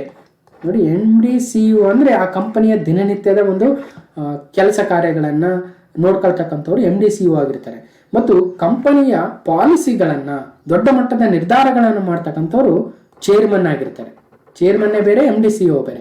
ಈ ಚೇರ್ಮನ್ ಆಗಿ ಪ್ರದೀಪ್ ಶಾರ್ ಅವರು ಇತ್ತೀಚೆಗೆ ನೇಮಕಗೊಂಡಿದ್ರು, ಬಟ್ ನಂತರ ಅವರು ಮತ್ತೆ ರಾಜೀನಾಮೆಯನ್ನು ಕೊಟ್ಟಿದ್ರು, ನಾವು ರಿಸೈನ್ ಮಾಡಿದ್ರು, ನೆನಪಿರಲಿ. ಓಕೆ, ಇನ್ನು ಒಂದು ಪಿಕ್ಚರ್ ಹೇಳ್ತೀನಿ, ಇದು ಆಲ್ರೆಡಿ ಬೇಕಾದಷ್ಟು ಕಡೆ ಹೇಳಿದ್ದೆ. ಇಲ್ಲೇನಾಗುತ್ತೆ ನೋಡಿ, ಇವರು ಸಾಲಗಾರರು. ಓಕೆ, ಸಪೋಸ್ ವಿಜಯ್ ಮಲ್ಯ ಅನ್ಕೊಳ್ಳೋಣ. ಓಕೆ, ವಿಜಯ್ ಮಲ್ಯ ಏನು ಮಾಡ್ತಾನೆ, ಯಾವುದೋ ಒಂದು ಬ್ಯಾಂಕಿಗೆ, ಸಿಂಡಿಕೇಟ್ ಬ್ಯಾಂಕು, ಕೆನರಾ ಬ್ಯಾಂಕು ಅಥವಾ ಇನ್ನೊಂದು ಯಾವುದೋ ಬ್ಯಾಂಕಿಗೆ ಅಥವಾ SBI ಬ್ಯಾಂಕ್ಗೆ ಅನ್ಕೊಳ್ಳೋಣ, SBI ಬ್ಯಾಂಕಿಗೆ ಸೆಕ್ಯೂರಿಟಿಯನ್ನು ಇಡ್ತಾನೆ. ತನ್ನ ಆಸ್ತಿ ಪತ್ರಗಳನ್ನಿಟ್ಟು ಅಲ್ವಾ, ಆಸ್ತಿ ಪತ್ರಗಳನ್ನು, ಬೆಂಗಳೂರಲ್ಲಿರ್ತಕ್ಕಂಥ ಬಿಲ್ಡಿಂಗ್ಗಳು ಅಲ್ವಾ, ಸೊ ಮಾಲ್ಸ್ ಇದ್ದಾವೆ, ಸೊ ಅವೆಲ್ಲವನ್ನು ಅಥವಾ ತನ್ನ ಬೇರೆ ಬೇರೆ ಕಂಪನಿಗಳ ಆಸ್ತಿ ಪತ್ರಗಳನ್ನಿಟ್ಟು ಒಂದಷ್ಟು ಸಾಲವನ್ನು ತೆಗೆದುಕೊಳ್ತಾನೆ. ಸುಮಾರು 8,000 ಕೋಟಿ ಸಾಲ ಅನ್ಕೊಳ್ಳೋಣ. ಅಷ್ಟದು 8,000 ಕೋಟಿದ ಆಸ್ತಿ ಇದೆಯೋ ಇಲ್ವೋ, ಒಂದಷ್ಟು ಆಸ್ತಿ ಅಂತ ಕೊಟ್ಟಿರ್ತಾರೆ. ಈಗ ಏನು ಮಾಡಬೇಕು, ವಿಜಯ್ ಮಲ್ಯ ಲಾಸ್ ಆಯಿತು ಅಂದ್ಬಿಟ್ಟು ಯಾವುದೋ ಲಂಡನ್ಗೆ ಹೋಗಿ ಕುಂತ್ಬಿಡ್ತಾನೆ, ಲಂಡನ್ಗೆ ಪರಾರಿ ಆಗ್ಬಿಡ್ತಾನೆ. ಈಗ ಈ ಆಸ್ತಿ ಪತ್ರ ಇಟ್ಕೊಂಡು ಈ ಬ್ಯಾಂಕ್ ಅವ್ರು ಏನು ಮಾಡಬೇಕು, ಅದನ್ನು ಸಾಲ ಕೊಡಕ್ಕೆ ಬರುತ್ತಾ? ಬ್ಯಾಂಕ್ ಅವ್ರಿಗೆ ದುಡ್ಡು ಬೇಕು. ದುಡ್ಡಿದ್ರೆ ಅವರು ಅದನ್ನು ಇನ್ನೊಬ್ರಿಗೆ ಸಾಲ ಕೊಟ್ಟು ಅಥವಾ ಇನ್ನೊಂದು ಏನೋ ಮಾಡಿ ಅದನ್ನು ದುಡಿಸ್ತಾರೆ. ಆದರೆ ಈ ಆಸ್ತಿ ಪತ್ರ ಇಟ್ಕೊಂಡು ಏನು ಮಾಡಬೇಕು? ಅದಕ್ಕೋಸ್ಕರ ಸಾಕಷ್ಟು NPA ಕ್ರಿಯೇಟ್ ಆಯಿತು. ಅಂದರೆ ನಾನ್ ಪರ್ಫಾರ್ಮಿಂಗ್ ಅಸೆಟ್ಸ್ ಇದಾವೆ. ವಿಜಯ್ ಮಲ್ಯನ ಬಿಲ್ಡಿಂಗ್ ಇದೆ ಅಲ್ವಾ, ಅದೇನೋ ಟವರ್ ಇದೆ ಅಲ್ವಾ, ವಿಜಯ್ ಮಲ್ಯನ್ ಟವರು, ಅಥವಾ ಇನ್ನೊಂದೇನೋ ಬೇರೆ ಬೇರೆ ಎಲ್ಲ ಇದ್ದಾವೆ. ಸೊ ಬೇರೆ ಯಾವುದೋ ಕಾಫಿ ತೋಟ ಇದೆ ಅಥವಾ ಇನ್ನೊಂದು ಯಾವುದೋ ಭಾಳಷ್ಟು ಆಸ್ತಿ ಇದೆ ಅಂತ ಹೇಳ್ತಾರೆ. ಆ ಆಸ್ತಿನ ತಗೊಂಡು ಏನು ಮಾಡಬೇಕು? ಅದು ನಾನ್ ಪರ್ಫಾರ್ಮಿಂಗ್ ಅಸೆಟ್ಸ್ ಅಲ್ವಾ. ಅಂತ ನಾನ್ ಪರ್ಫಾರ್ಮಿಂಗ್ ಅಸೆಟ್ಸ್ ಅಥವಾ NPA ಅಥವಾ ವಸೂಲಾಗದ ಸಾಲ ಅಂತೀವಿ. ವಸೂಲಾಗದ ಸಾಲ, ಈ ವಸೂಲಾಗದ ಸಾಲ ನಾನ್ ಪರ್ಫಾರ್ಮಿಂಗ್ ಅಸೆಟ್ಸ್ ಹೆಚ್ಚಾದಷ್ಟು ಕಂಪನಿಯ ಲಾಭ, ಕಂಪನಿಯ ನಿರ್ವಹಣೆ ಕಷ್ಟ ಆಗುತ್ತೆ, ಆ ಬ್ಯಾಂಕಿನ ನಿರ್ವಹಣೆ ಕಷ್ಟ ಆಗುತ್ತೆ. ಅದಕ್ಕೋಸ್ಕರ ಭಾರತ ಸರ್ಕಾರ ಅಸೆಟ್ ರೀಕನ್ಸ್ಟ್ರಕ್ಷನ್ ಕಂಪನಿಯನ್ನು ತರ್ತಾ ಇದೆ, NARCL ತರ್ತಾ ಇದೆ. So national assets reconstruction company limited. ಇದೇನು ಮಾಡುತ್ತೆ? ಆಯಿತು, SBI ಅಥವಾ ಕೆನರಾ ಬ್ಯಾಂಕ್ ಅಥವಾ ಸಿಂಡಿಕೇಟ್ ಬ್ಯಾಂಕ್ ಅಥವಾ ಇನ್ನೊಂದು ಯಾವುದೋ ಸಾಲ ಕೊಟ್ಟಿದ್ರಲ್ವಾ, ಅದು ವಿಜಯ್ ಮಲ್ಯ ಆಗಿರ್ಬೋದು ಅಥವಾ ಇನ್ನೊಬ್ಬ ಯಾರೋ ಚೋಕ್ಸಿ ಫ್ಯಾಮಿಲಿ ಅಥವಾ ಇನ್ನೊಂದು ಯಾರೋ ಫಾರಿನ್ಗೆ ಹೋಗಿದಾರಲ್ವಾ, ಸೊ ಸಾಲವನ್ನು ತೀರಿಸಿದೆ ಅಂಥವ್ರು ಯಾರೇ ಆಗಿರ್ಬೋದು, ಅವರ ಒಂದು ಆಸ್ತಿ ಪತ್ರಗಳನ್ನು ನಮಗೆ ಕೊಡಿ, ನಾವು ನಿಮಗೆ ಕ್ಯಾಶ್ ಕೊಡ್ತೀವಿ. ನೀವು ಕ್ಯಾಶ್ ಇದ್ದರೆ ನೀವು ದಿನನಿತ್ಯದ ಬಳಕೆಯನ್ನು ಮಾಡ್ಕೋಬೋದಲ್ವ, ಆಯಿತು ಕ್ಯಾಶ್ ತಗೊಳ್ಳಿ, ನಮ್ಗೆ ಆ ಆಸ್ತಿ ಪತ್ರ ಕೊಡಿ ಅಂತ ಕೇಳ್ತಾರೆ. ಯಾರು? NARCL. ಆ ಆಸ್ತಿ ಪತ್ರನ NARCL ಏನು ಮಾಡುತ್ತೆ? ನೆಕ್ಸ್ಟ್ ಅದನ್ನು ಯಾರು ವಿಜಯ್ ಮಲ್ಯನ ಟವರ್ನ ಪರ್ಚೇಸ್ ಮಾಡೋಕ್ಕೆ, ವಿಜಯ್ ಮಲ್ಯನ ಕಾಫಿ ತೋಟವನ್ನು ಪರ್ಚೇಸ್ ಮಾಡೋಕ್ಕೆ, ವಿಜಯ್ ಮಲ್ಯನ ಇನ್ನೊಂದು ಯಾವುದೋ ಆಸ್ತಿಯನ್ನು ಪರ್ಚೇಸ್ ಮಾಡೋಕ್ಕೆ ರೆಡಿ ಇದ್ದೀರಾ, ಅವ್ರಿಗೆ ಆ ಆಸ್ತಿನ ಮಾರುತ್ತೆ, ಕ್ಯಾಶ್ನ ತಗೊಳುತ್ತೆ. ಸೊ ಆ ಎಲ್ಲ ಕೆಲಸವನ್ನು ಮಾಡೋದು NARCL. ಬ್ಯಾಂಕಿಗೆ ಏನು ಬೇಕಾಗಿತ್ತು? ದುಡ್ಡು ಬೇಕಾಗಿತ್ತು. ತಗೊಳ್ರಿ ಆಸ್ತಿ ಪತ್ರ ವಿಜಯ್ ಮಲ್ಯನ್ ಅಂತ ಕೊಡ್ತಾರೆ, ದುಡ್ಡು ಇಸ್ಕೊಳ್ತಾರೆ, ತಮ್ಮ ದಿನನಿತ್ಯದ ಜೀವನವನ್ನು ಅಥವಾ ತಮ್ಮದು ಏನು ಕಾರ್ಯನಿರ್ವಹಣೆ ಇದೆ ಮಾಡ್ತಾರೆ. ಸೊ ಇದು NARCL ಅಥವಾ ಬ್ಯಾಡ್ ಬ್ಯಾಂಕ್. ನೋಡಿ, ಬ್ಯಾಡ್ ಬ್ಯಾಂಕ್ ಯಾಕಂದ್ರೆ ಈ ಕೆಟ್ಟ ಸಾಲಗಳಿದ್ವಲ್ಲ ವಿಜಯ್ ಮಲ್ಯಂತ ಸಾಲಗಳು, ಅವುಗಳನ್ನು ಅಂತ ಕೆಟ್ಟ ಸಾಲಗಳನ್ನು ತೆಗೆದುಕೊಳ್ತಕ್ಕಂಥ ಒಂದು ಬ್ಯಾಂಕು, ಅದು ಕೆಟ್ಟ ಬ್ಯಾಂಕ್ ಅಥವಾ ಬ್ಯಾಡ್ ಬ್ಯಾಂಕ್ ಅಂತೀವಿ. ಹೆಸರು ಕೆಟ್ಟ ಬ್ಯಾಂಕ್ ಅಥವಾ ಬ್ಯಾಡ್ ಬ್ಯಾಂಕು, ಅದ್ರ ಉದ್ದೇಶ ಏನು? ಸಮಾಜದಲ್ಲಿರ್ತಕ್ಕಂಥ ಇಂಥ ಸ್ಥಿತಿಯನ್ನು ತಿಳಿ ಮಾಡ್ತಕ್ಕಂಥದ್ದು ಅಲ್ವಾ. ಸೊ ಹೆಸರು ಮಾತ್ರ ಬ್ಯಾಡ್ ಬ್ಯಾಂಕು, ಆದರೆ ಅದರ ಅಫಿಷಿಯಲ್ ಹೆಸರು NARCL. ಇಲ್ಲಿ ಮತ್ತೆ 2 ವಿಂಗ್ ಬರುತ್ತೆ. ಒಂದೇನೆಂದರೆ NARCL ಅಂದರೆ national asset reconstruction company limited, NARCL. ಇದೇನು ಮಾಡುತ್ತೆ? ಆಸ್ತಿ ಪತ್ರಗಳನ್ನು ಬ್ಯಾಂಕಿಂದ ತೆಗೆದುಕೊಳ್ಳೋದು. ನೋಡಿ, ಸೊ ಇಲ್ಲಿ 2 ವಿಂಗ್ ಅಂತ ಹೇಳಿದೆ NARCL ಅಲ್ಲಿ. ಸೊ ಒಂದು ನೋಡಿ, ಆಸ್ತಿ ಪತ್ರಗಳನ್ನು ತೆಗೆದುಕೊಂಡು ಕ್ಯಾಶ್ ಕೊಡೋದು NARCL. ಈ ಆಸ್ತಿ ಪತ್ರ ತಗೊಂತಲ್ವ, ಅದಕ್ಕೆ ಒಳ್ಳೆ ಮಾರ್ಕೆಟ್ನ ಹುಡುಕಿ, ಒಳ್ಳೆ ಯಾರು ಬೈಯರ್ ಇದ್ದಾರೆ ಅವ್ರನ್ನ ಹುಡುಕಿ ಎಷ್ಟಕ್ಕೆ ಮಾರಬೇಕು ನಾವು, ಅದರ ಬೆಲೆ ಎಷ್ಟು ಅಂತ ನೋಡ್ಕೊಳ್ಳೋದು IDRCL. ನೋಡಿ, IDRCL ಅಂದರೆ ಇಂಡಿಯಾ ಡೆಬ್ಟ್ ರೆಸಲ್ಯೂಷನ್ ಕಂಪನಿ ಲಿಮಿಟೆಡ್, IDRCL. ಹಾಗಾದರೆ NARCL ಅಥವಾ ಬ್ಯಾಡ್ ಬ್ಯಾಂಕಲ್ಲಿ 2 ವಿಂಗ್ ಇದೆ. ಒಂದು NARCL, ಇನ್ನೊಂದು IDRCL ಅನ್ನು ನೆನಪಿರಬೇಕು. ಒಂದು national asset reconstruction company limited NARCL ಆದರೆ ಇನ್ನೊಂದು ಇಂಡಿಯಾ ಡೆಬ್ಟ್ resolution company limited. So NARCL ಆಸ್ತಿ ಪತ್ರಗಳನ್ನು ತೆಗೆದುಕೊಂಡು ಕ್ಯಾಶ್ ವಾಪಸ್ ಕೊಟ್ಟರೆ, IDRCL ಅದಕ್ಕೆ ಒಳ್ಳೆ ಮಾರುಕಟ್ಟೆಯನ್ನು ಹುಡುಕಿ ಅದನ್ನು ಮಾರಾಟ ಮಾಡಿ ಸೊ ಉತ್ತಮವಾಗಿರ್ತಕ್ಕಂಥ ಅಮೌಂಟನ್ನು ಆಸ್ತಿಗೆ ತೆಗೆದುಕೊಳ್ತಕ್ಕಂಥದ್ದು IDRCL ಆಗುತ್ತೆ. ಸೊ ಇಷ್ಟು ವಿಚಾರಗಳು ತಿಳ್ಕೋಬೇಕು. ಆ IDRCLನ ಚೇರ್ಮನ್ ಆಗಿ ಸಂಜಯ್ ಜೈನ್ ಅವರಿದ್ದಾರೆ. ಈಗ ಪ್ರದೀಪ್ ಶಾರ್ ಅವರು NARCLನ ಚೇರ್ಮನ್ ಇದ್ದರು, ಬಟ್ ರಾಜೀನಾಮೆ ನೀಡಿದ್ದಾರೆ. ಇದೇ NARCLನ ಈಗ MD CEO ಆಗಿ ನಟರಾಜನ್ ಸುಂದರ್ ಬಂದಿದ್ದಾರೆ. ಸೊ ಹೀಗೆ ಒಟ್ಟಾರೆ ವಿಚಾರಗಳನ್ನ ನಾವು ತಿಳ್ಕೊಂಡಂಗಾಯಿತು. Okay, so Natarajan Sundar 15 Indian ಬ್ಯಾಂಕ್ಗಳು NARCL ಅಲ್ಲಿ ಶೇರ್ ಹೊಂದಿದ್ದಾವೆ. ಸ್ಪಾನ್ಸರ್ ಬ್ಯಾಂಕು ಕೆನರಾ ಬ್ಯಾಂಕು, ಅದಕ್ಕೆ ಈಗ IDRCLನ ಚೇರ್ಮನ್ ಸಂಜಯ್ ಜೈನ್ ಅವರಿದ್ದಾರೆ ಅನ್ನೋದು ಕೂಡ ನೋಡಿದ್ವಿ. ಓಕೆ, IDRCLನ ಚೇರ್ಮನ್ ಹಾಕಿಂತಲೂ ಚೀಫ್ ಎಕ್ಸಿಕ್ಯೂಟಿವ್ ಅನ್ನಂದರೆ ಚೆನ್ನಾಗಿರುತ್ತೆ. Okay, so next question number 6. ISRO ಮತ್ತು ನಾಸಾದ ಜಂಟಿ ಭೂ ಪರಿವೀಕ್ಷಣಾ ಉಪಗ್ರಹ ಅರ್ತ್ ಅಬ್ಸರ್ವೇಟರಿ ಸ್ಯಾಟಲೈಟ್ ಅಥವಾ EOS ಅಂತ ಕರಿತೀವಿ. ಅಂದರೆ ಭೂಮಿಯ ಮೇಲಿನ ವಿವಿಧ ವಾತಾವರಣ ಆಗಿರಲಿ, ಸಾಗರಗಳು, ಸಮುದ್ರಗಳಾಗಿರಲಿ, ಸೊ ಹೀಗೆ ಭೂಮಿಯ ವಾತಾವರಣವನ್ನು ಅಥವಾ ಪರಿವೀಕ್ಷಣೆ ಮಾಡ್ತಕ್ಕಂಥ ಉಪಗ್ರಹವೊಂದನ್ನು ಇಸ್ರೋ ಮತ್ತು ನಾಸಾ ಉಡಾವಣೆ ಮಾಡಬೇಕನ್ನೋ ಉದ್ದೇಶವನ್ನು ಇಟ್ಕೊಂಡಿದ್ದಾರೆ. ಅದರಲ್ಲಿ ನಿಸಾರ್ ಎನ್ನುವ ಪೇಲೋಡನ್ನು ಕಳಿಸ್ಬೇಕು ಅಂತಿದ್ದಾರೆ. ಹಾಗಾದರೆ ನಿಸಾರ್ ಅಂದ್ರೇನು, ಇದರ ಉದ್ದೇಶ ಏನು? ಆ ನಿಸಾರ್ ಪೇಲೋಡ್ ಅನ್ನ ಅಮೆರಿಕದಲ್ಲಿ ಈಗ ರೆಡಿ ಮಾಡಿದ್ದಾರೆ. ಅದು 2023 ಆರಂಭದಲ್ಲಿ ಭಾರತಕ್ಕೆ ಬರುತ್ತೆ ಮತ್ತು ಅದನ್ನು ಭಾರತ ಉಡಾವಣೆ ಮಾಡುತ್ತೆ ತನ್ನ ಒಂದು ಲಾಂಚಿಂಗ್ ವೆಹಿಕಲ್ ಮುಖಾಂತರ. ಹಾಗಾಗಿ ISRO and NASA to deliver NISAR by February 2023. NISAR ಅಂದ್ರೇನು ಅಲ್ವಾ? ಎನ್ ಅಂದ್ರೇನು, ಐ ಅಂದ್ರೇನು, ಎಸ್ ಅಂದ್ರೇನು, ಎ ಅಂದ್ರೇನು, ಆರ್ ಅಂದ್ರೇನು ಮುಂದೆ ಹೇಳ್ತೇನೆ. ಭೂ ವೀಕ್ಷಕ ಉಪಗ್ರಹ ನಿಸಾರ್ ಪೇಲೋಡ್ ಭಾರತಕ್ಕೆ. ಅಮೆರಿಕದ ನಾಸಾ, ಭಾರತದ ಇಸ್ರೋ ಜಂಟಿಯಾಗಿ ಅಭಿವೃದ್ಧಿಪಡಿಸಿ ಉಡಾವಣೆ ಮಾಡಲಿರುವ ಭೂ ವೀಕ್ಷಕ ಉಪಗ್ರಹ NASA ISRO synthetic aperture radar.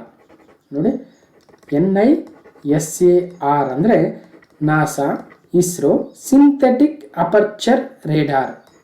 Synthetic aperture radar. ಹೀಗೆ ನಿಸಾರ್ ಅಂದರೆ ಅಮೆರಿಕಾದ ನಾಸಾ, ಭಾರತದ ಇಸ್ರೋ ಜೊತೆಗೂಡಿ ತಯಾರಿಸ್ತಾ ಇರತಕ್ಕಂಥ ಒಂದು ಭೂ ವೀಕ್ಷಕ ಉಪಗ್ರಹವಾಗುತ್ತೆ. ಅದರ ಪೇಲೋಡ್ನ ಜೋಡಣೆ ಕಾರ್ಯ ಅಮೆರಿಕದಲ್ಲಿ ಮುಗಿದಿದ್ದು ಅದನ್ನು ಉಪಗ್ರಹಕ್ಕೆ ಅಳವಡಿಸಲು ಭಾರತಕ್ಕೆ ಸದ್ಯವೇ ಕಳುಹಿಸಲಿದೆ. ಇಸ್ರೋ ತನ್ನ ಉಡಾವಣೆ ವಾಹನದ ಮೂಲಕ ಈ ಉಪಗ್ರಹವನ್ನು 2023 ಉಡಾವಣೆ ಮಾಡಬಹುದು. ಭಾರತ ಮತ್ತು ಅಮೆರಿಕದ ವಿಶಾಲ ಭೂಪ್ರದೇಶ, ಭೂಮಿಯ ಮೇಲ್ಪದರ, ಘನೀಕೃತ ರೂಪದಲ್ಲಿರುವ ನೀರು, ಸಮುದ್ರದಲ್ಲಿನ ಮಂಜುಗಡ್ಡೆ ಆವರಿಸಿರ್ತಕ್ಕಂಥ ಸರೋವರಗಳು, ಎಪ್ಪುಗಟ್ಟಿದ ನದಿಗಳು, ನೀರ್ಗಲ್ಲುಗಳು ಮತ್ತು ಹಿಂದೂ ಮಹಾಸಾಗರದ ಮೇಲೆ ಈ ಉಪಗ್ರಹವು ಕಣ್ಣಿಡಲಿದೆ. ಯಾವುದು? ನಿಸಾರ್ ಉಪಗ್ರಹ. ನಿಸಾರ್ ಅಂದ್ರೆ NASA ISRO synthetic aperture radar ಅಂತ ನೋಡಿದ್ವಿ.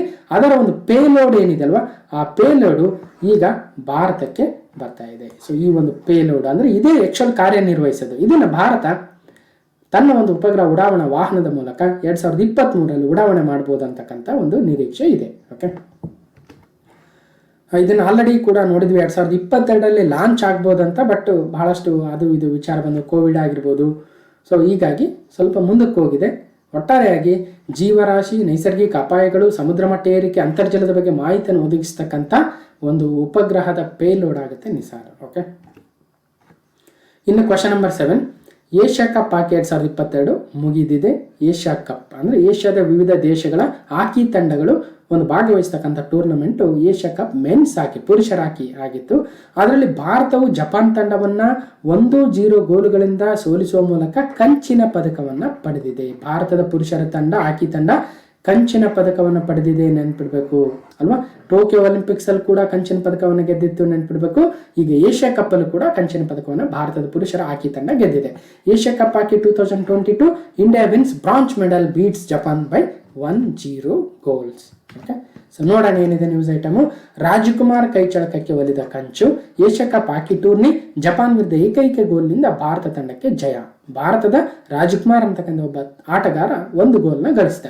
ಸೊ ಯುವ ಆಟಗಾರರನ್ನು ಒಳಗೊಂಡಿರ್ತಕ್ಕಂಥ ಭಾರತದ ಹಾಕಿ ತಂಡವು ಏಷ್ಯಾ ಕಪ್ ಟೂರ್ನಿಯಲ್ಲಿ ಕಂಚಿನ ಪದಕವನ್ನು ಗೆದ್ದಿದೆ. ನೋಡಿ, 2022 ಜಕಾರ್ತಾದಲ್ಲಿ ನಡೆದಿರ್ತಕ್ಕಂಥ, ಹಾಗಾದ್ರೆ ಏಷ್ಯಾ ಕಪ್ ಹಾಕಿ ಎಲ್ಲಿ ನಡೆದಿತ್ತು ಅಂದ್ರೆ ಇಂಡೋನೇಷ್ಯಾ ದೇಶದ ಜಕಾರ್ತಾದಲ್ಲಿ. ಮೋಸ್ಟ್ಲಿ ಇದು ರಾಜಧಾನಿ ಅನಿಸುತ್ತೆ, ಜಕಾರ್ತಾದಲ್ಲಿ ನಡೆದಿತ್ತು. ಅದರಲ್ಲಿ ದಕ್ಷಿಣ ಕೊರಿಯಾ ಚಿನ್ನವನ್ನು ಗೆದ್ರೆ ಮಲೇಷಿಯಾ ದಕ್ಷಿಣ ಕೊರಿಯಾ ವಿರುದ್ಧ ಫೈನಲ್ ಸೋಲುವ ಮೂಲಕ ಬೆಳ್ಳಿಗೆ ತೃಪ್ತಿಪಟ್ಟಿದೆ. ಕಂಚಿನ ಪದಕದಲ್ಲಿ ಭಾರತವು ಜಪಾನ್ ವಿರುದ್ಧ ಗೆದ್ದು ಕಂಚಿನ ಪದಕವನ್ನು ಗೆದ್ದಿದೆ. ಓಕೆ, ಹಾಗಾದ್ರೆ 3ನೇ ಸ್ಥಾನಕ್ಕೆ ನಡೆದಿತ್ತು ಪಂದ್ಯ. ಅದರಲ್ಲಿ ಬೀರೇಂದ್ರ ಲಾಕ್ರಾ, ನೋಡಿ ಬೀರೇಂದ್ರ ಲಾಕ್ರಾ ಇವರು ಭಾರತ ತಂಡದ ನಾಯಕ ಈ ಒಂದು ಟೂರ್ನಮೆಂಟ್ ಅಲ್ಲಿ. ಓಕೆ, ಸೊ ತಂಡವು 1-0 ಜಪಾನನ್ನು ಸೋಲಿಸಿತು. ಈ ಪಂದ್ಯದಲ್ಲಿ ರಾಜ್ಕುಮಾರ್ ಅವರು 1 ಗೋಲನ್ನು ಗಳಿಸಿದ್ರು. ಹೋದ ಬಾರಿ ಭಾರತ ಚಾಂಪಿಯನ್ ಆಗಿತ್ತು. ನೋಡಿ, 2013 ನಡೆದಿರ್ತಕ್ಕಂಥ ಏಷ್ಯಾ ಕಪ್ ಹಾಕಿಯಲ್ಲಿ ಭಾರತ ಚಿನ್ನವನ್ನು ಗೆದ್ದಿತ್ತು. ಈಗ 2022 ಕಂಚು ಗೆದ್ದಿದೆ. ಹೀಗೆ 1982 ಈ ಒಂದು ಏಷ್ಯಾ ಕಪ್ ಏನ್ ನಡೀತಾ ಬರ್ತಾ ಇದೆ, ಭಾರತ ಸಾಕಷ್ಟು ಸಲ ಒಂದು ಪದಕಗಳನ್ನು ಗೆದ್ದಿರ್ತಕ್ಕಂಥದ್ದು. ಅತಿ ಹೆಚ್ಚು ಬಾರಿ ಅಂದ್ರೆ ದಕ್ಷಿಣ ಕೊರಿಯಾ 5 ಬಾರಿ ಚಿನ್ನ, ಭಾರತ 3 ಬಾರಿ ಚಿನ್ನ, ಪಾಕಿಸ್ತಾನ 3 ಬಾರಿ ಚಿನ್ನವನ್ನ ಈ ಒಂದು ಏಷ್ಯಾ ಕಪ್ ಅಲ್ಲಿ ಗೆದ್ದಿದೆ. ಸೊ ಒಟ್ಟಾರೆಯಾಗಿ ನೋಡೋದಾದ್ರೆ ಏಷ್ಯಾ ಕಪ್ ಹಾಕಿ ಟೂರ್ನಮೆಂಟು ಪುರುಷರ ತಂಡದ್ದು ಇದು ಇಂಡೋನೇಷ್ಯಾದ ರಾಜಧಾನಿ ಜಕಾರ್ತದಲ್ಲಿ ನಡೆದಿತ್ತು, ನೆನ್ಪಿಡ್ಬೇಕು. 1 ಇನ್ನು ಇದರಲ್ಲಿ ದಕ್ಷಿಣ ಕೊರಿಯಾ, ಸೌತ್ ಕೊರಿಯಾ ಚಿನ್ನವನ್ನ, ಮಲೇಷಿಯಾ ಬೆಳ್ಳಿ ಪದಕ ಅಂದ್ರೆ 2ನೇ ಸ್ಥಾನ ಮತ್ತು ನಮ್ಮ ಭಾರತ 3ನೇ ಸ್ಥಾನವನ್ನು ಪಡೆದಿದೆ, ಕಂಚಿನ ಪದಕವನ್ನು ಗೆದ್ದಿದೆ. ಸೊ ಇಷ್ಟು ವಿಚಾರ ತಿಳ್ಕೋಬೇಕು. ಓಕೆ, ಭಾರತದ ಕ್ಯಾಪ್ಟನ್ ಬೀರೇಂದ್ರ ಲಾಕ್ರಾರ್ ಅವರು ನೆನ್ಪಿಡಬೇಕು. ಓಕೆ, ನೋಡಿ ಅದಕ್ಕೋಸ್ಕರ ವಿಜಯ ಕರ್ನಾಟಕದಲ್ಲಿ ಲಾಕ್ರಾ ಪಡೆಗೆ ಕಂಚಿನ ಹಾರ, 3ನೇ ಸ್ಥಾನದ ಪಂದ್ಯದಲ್ಲಿ ಜಪಾನ್ ವಿರುದ್ಧ ಭಾರತಕ್ಕೆ 1-0 ಗೆಲುವು, ಸ್ವರ್ಣ ಸಮರದಲ್ಲಿ ಮಲೇಷ್ಯಾ ವಿರುದ್ಧ ಗೆದ್ದಿದ್ದಂತಹ ದಕ್ಷಿಣ ಕೊರಿಯಾಗೆ ಚಿನ್ನ. ಓಕೆ. ಇನ್ನು ಮೆನ್ಸ್ ಹಾಕಿ ಏಷ್ಯಾ ಕಪ್ 1982ರಿಂದ 40 ವರ್ಷಗಳ ಹಿಂದೆ ಸ್ಟಾರ್ಟ್ ಆಯಿತು. ಅದನ್ನು 1982ರಲ್ಲಿ ಮೊದಲ ಸಲ ಆಡಿದ್ರು. 8 ಟೀಮ್ಗಳು ಭಾಗವಹಿಸ್ತಾ ಇದ್ದಾವೆ. ಇತ್ತೀಚಿನ ಒಂದು ಗೆದ್ದಿರ್ತಕ್ಕಂಥ ತಂಡ ಅಂದರೆ 2022ರಲ್ಲಿ ಈಗ ತಾನೇ ಮಾತಾಡಿದ್ವಿ, ಸೌತ್ ಕೊರಿಯಾದ ದಕ್ಷಿಣ ಕೊರಿಯಾ. ಅದು ಅದಕ್ಕೆ 5ನೇ ಟ್ರೋಫಿ ಆಗಿತ್ತು, ಅತಿ ಹೆಚ್ಚು ಬಾರಿ ಅದೇ ಗೆದ್ದಿದೆ. ಇನ್ನು 2022ರ ಈ ಒಂದು ಏಷ್ಯಾ ಕಪ್ಪು ಎಲ್ಲಿ ನಡೆದಿತ್ತು ಅಂದರೆ ಇಂಡೋನೇಷ್ಯಾದ ಜಕಾರ್ತಾದಲ್ಲಿ ನಡೆದಿತ್ತು, ನೆನ್ಪಿಡ್ಬೇಕು. ಓಕೆ, ಮೊದಲನೇ ಸ್ಥಾನ ದಕ್ಷಿಣ Korea, 2 Malaysia, 3 Bharat. Okay, question number 8. May ತಿಂಗಳಲ್ಲಿ 1.4 ಲಕ್ಷ ಕೋಟಿಗೂ ಅಧಿಕ GST ಸಂಗ್ರಹವಾಗಿದೆ. ಎಷ್ಟು? 1.40 ಲಕ್ಷ ಕೋಟಿಗೂ ಅಧಿಕ GST ಸಂಗ್ರಹವಾಗಿದೆ. ಕಳೆದ ತಿಂಗಳಿಗಿಂತ 15%ಗಿಂತಷ್ಟು ಕಡಿಮೆ ಆಗಿದೆ. ಅಂದರೆ ಒಟ್ಟಾರೆಯಾಗಿ 1 ಲಕ್ಷ ಕೋಟಿಗೂ ಅಧಿಕವಾಗಿರ್ತಕ್ಕಂಥ goods and service tax collect ಆಗ್ತಾ ಇದೆ. ಬಟ್ ಯಾಕೋ ಕಳೆದ ತಿಂಗಳು ಅಂದರೆ ಏಪ್ರಿಲ್ಗಿಂತ ಸ್ವಲ್ಪ ಕಡಿಮೆ ಆಗಿದೆ GST ಕಲೆಕ್ಷನ್ ಅನ್ನೋದು ನೆನ್ಪಿಡ್ಬೇಕು. GST collection in May at over RS 1.40 lakh crore but 15% lower than the last month. ಏಪ್ರಿಲ್ಗಿಂತ ಒಂದು 15% ಸ್ವಲ್ಪ ಕಡಿಮೆ ಆಗಿದೆ ಅಂತಕ್ಕಂಥದ್ದು. ಓಕೆ, ಸೊ ಏನಿದೆ ಹಾಗಾದರೆ ನೋಡಿ, 1.41 ಲಕ್ಷ ಕೋಟಿ GST ಸಂಗ್ರಹವಾಗಿದೆ. 2021ರ ಮೇ ತಿಂಗಳಿಗೆ ಹೋಲಿಸಿದರೆ 2022ರ ಮೇನಲ್ಲಿ 40% ಹೆಚ್ಚಳ. ಅಂದರೆ ಕಳೆದ ವರ್ಷದ ಮೇ ತಿಂಗಳಲ್ಲಿ ಸ್ವಲ್ಪ ಲಾಕ್ಡೌನ್ ಅದು ಇದು ವಿಚಾರಕ್ಕೆ, ಕೋವಿಡ್ ವಿಚಾರಕ್ಕೆ ಕಡಿಮೆ ಆಗಿತ್ತು. ಅದಕ್ಕೆ 40% ಈ ವರ್ಷ ಹೆಚ್ಚಾಗ್ತಾ ಇದೆ ನೋಡಿ. ಸೊ ಮೇ 2021ರಲ್ಲಿ 97,000 ಕೋಟಿ GST ಕಲೆಕ್ಷನ್ ಆದರೆ ಮೇ 2022ರಲ್ಲಿ 1,40,885 ಕೋಟಿ, ಆಲ್ಮೋಸ್ಟ್ 40% ಇನ್ಕ್ರೀಸ್ ಆಗಿದೆ ಅಂತ ಹೇಳ್ತಾ ಇದ್ದಾರೆ. ಆದರೆ ಏಪ್ರಿಲ್ 2022ರಲ್ಲಿ 1,67,000 ಕೋಟಿ ಆದರೆ ಈ ಸಲ ಒಂದು 27,000 ಕೋಟಿ ಕಡಿಮೆ ಆಗಿದೆ ಅನ್ನೋದು ನೆನಪಿಡಬೇಕು. ಓಕೆ, ಸರಕು ಮತ್ತು ಸೇವಾ ತೆರಿಗೆ GST ವ್ಯವಸ್ಥೆಯಡಿ ಮೇ ತಿಂಗಳಿನಲ್ಲಿ 1.41 ಲಕ್ಷ ಕೋಟಿಗಳಷ್ಟು ವರಮಾನ ಸಂಗ್ರಹ ಆಗಿದೆ. 2021ರ ಮೇನಲ್ಲಿ ಸಂಗ್ರಹ ಆಗಿದ್ದ ಮೊತ್ತಕ್ಕೆ ಹೋಲಿಸಿದಾಗ ಈ ಬಾರಿ 44% ಹೆಚ್ಚಳವಾಗಿದೆ. ಮತ್ತು 2021ರ ಮೇನಲ್ಲಿ ಎಷ್ಟಾಗಿತ್ತು ಅಂತ ಇಲ್ಲಿ ನೋಡಿದ್ವಿ. ಓಕೆ, ಆದರೆ ಇದೇ ಅಂದರೆ ಕಳೆದ ತಿಂಗಳು 2022ರ ಏಪ್ರಿಲಲ್ಲಿ 1.68 ಲಕ್ಷ ಕೋಟಿಯಷ್ಟು ಸಂಗ್ರಹವಾಗಿದ್ದರೆ ಈ ಸಲ 27,000 ಕೋಟಿ ಕಡಿಮೆ ಆಗಿದೆ. Okay, so ನೆನ್ಪಿಡಬೇಕು.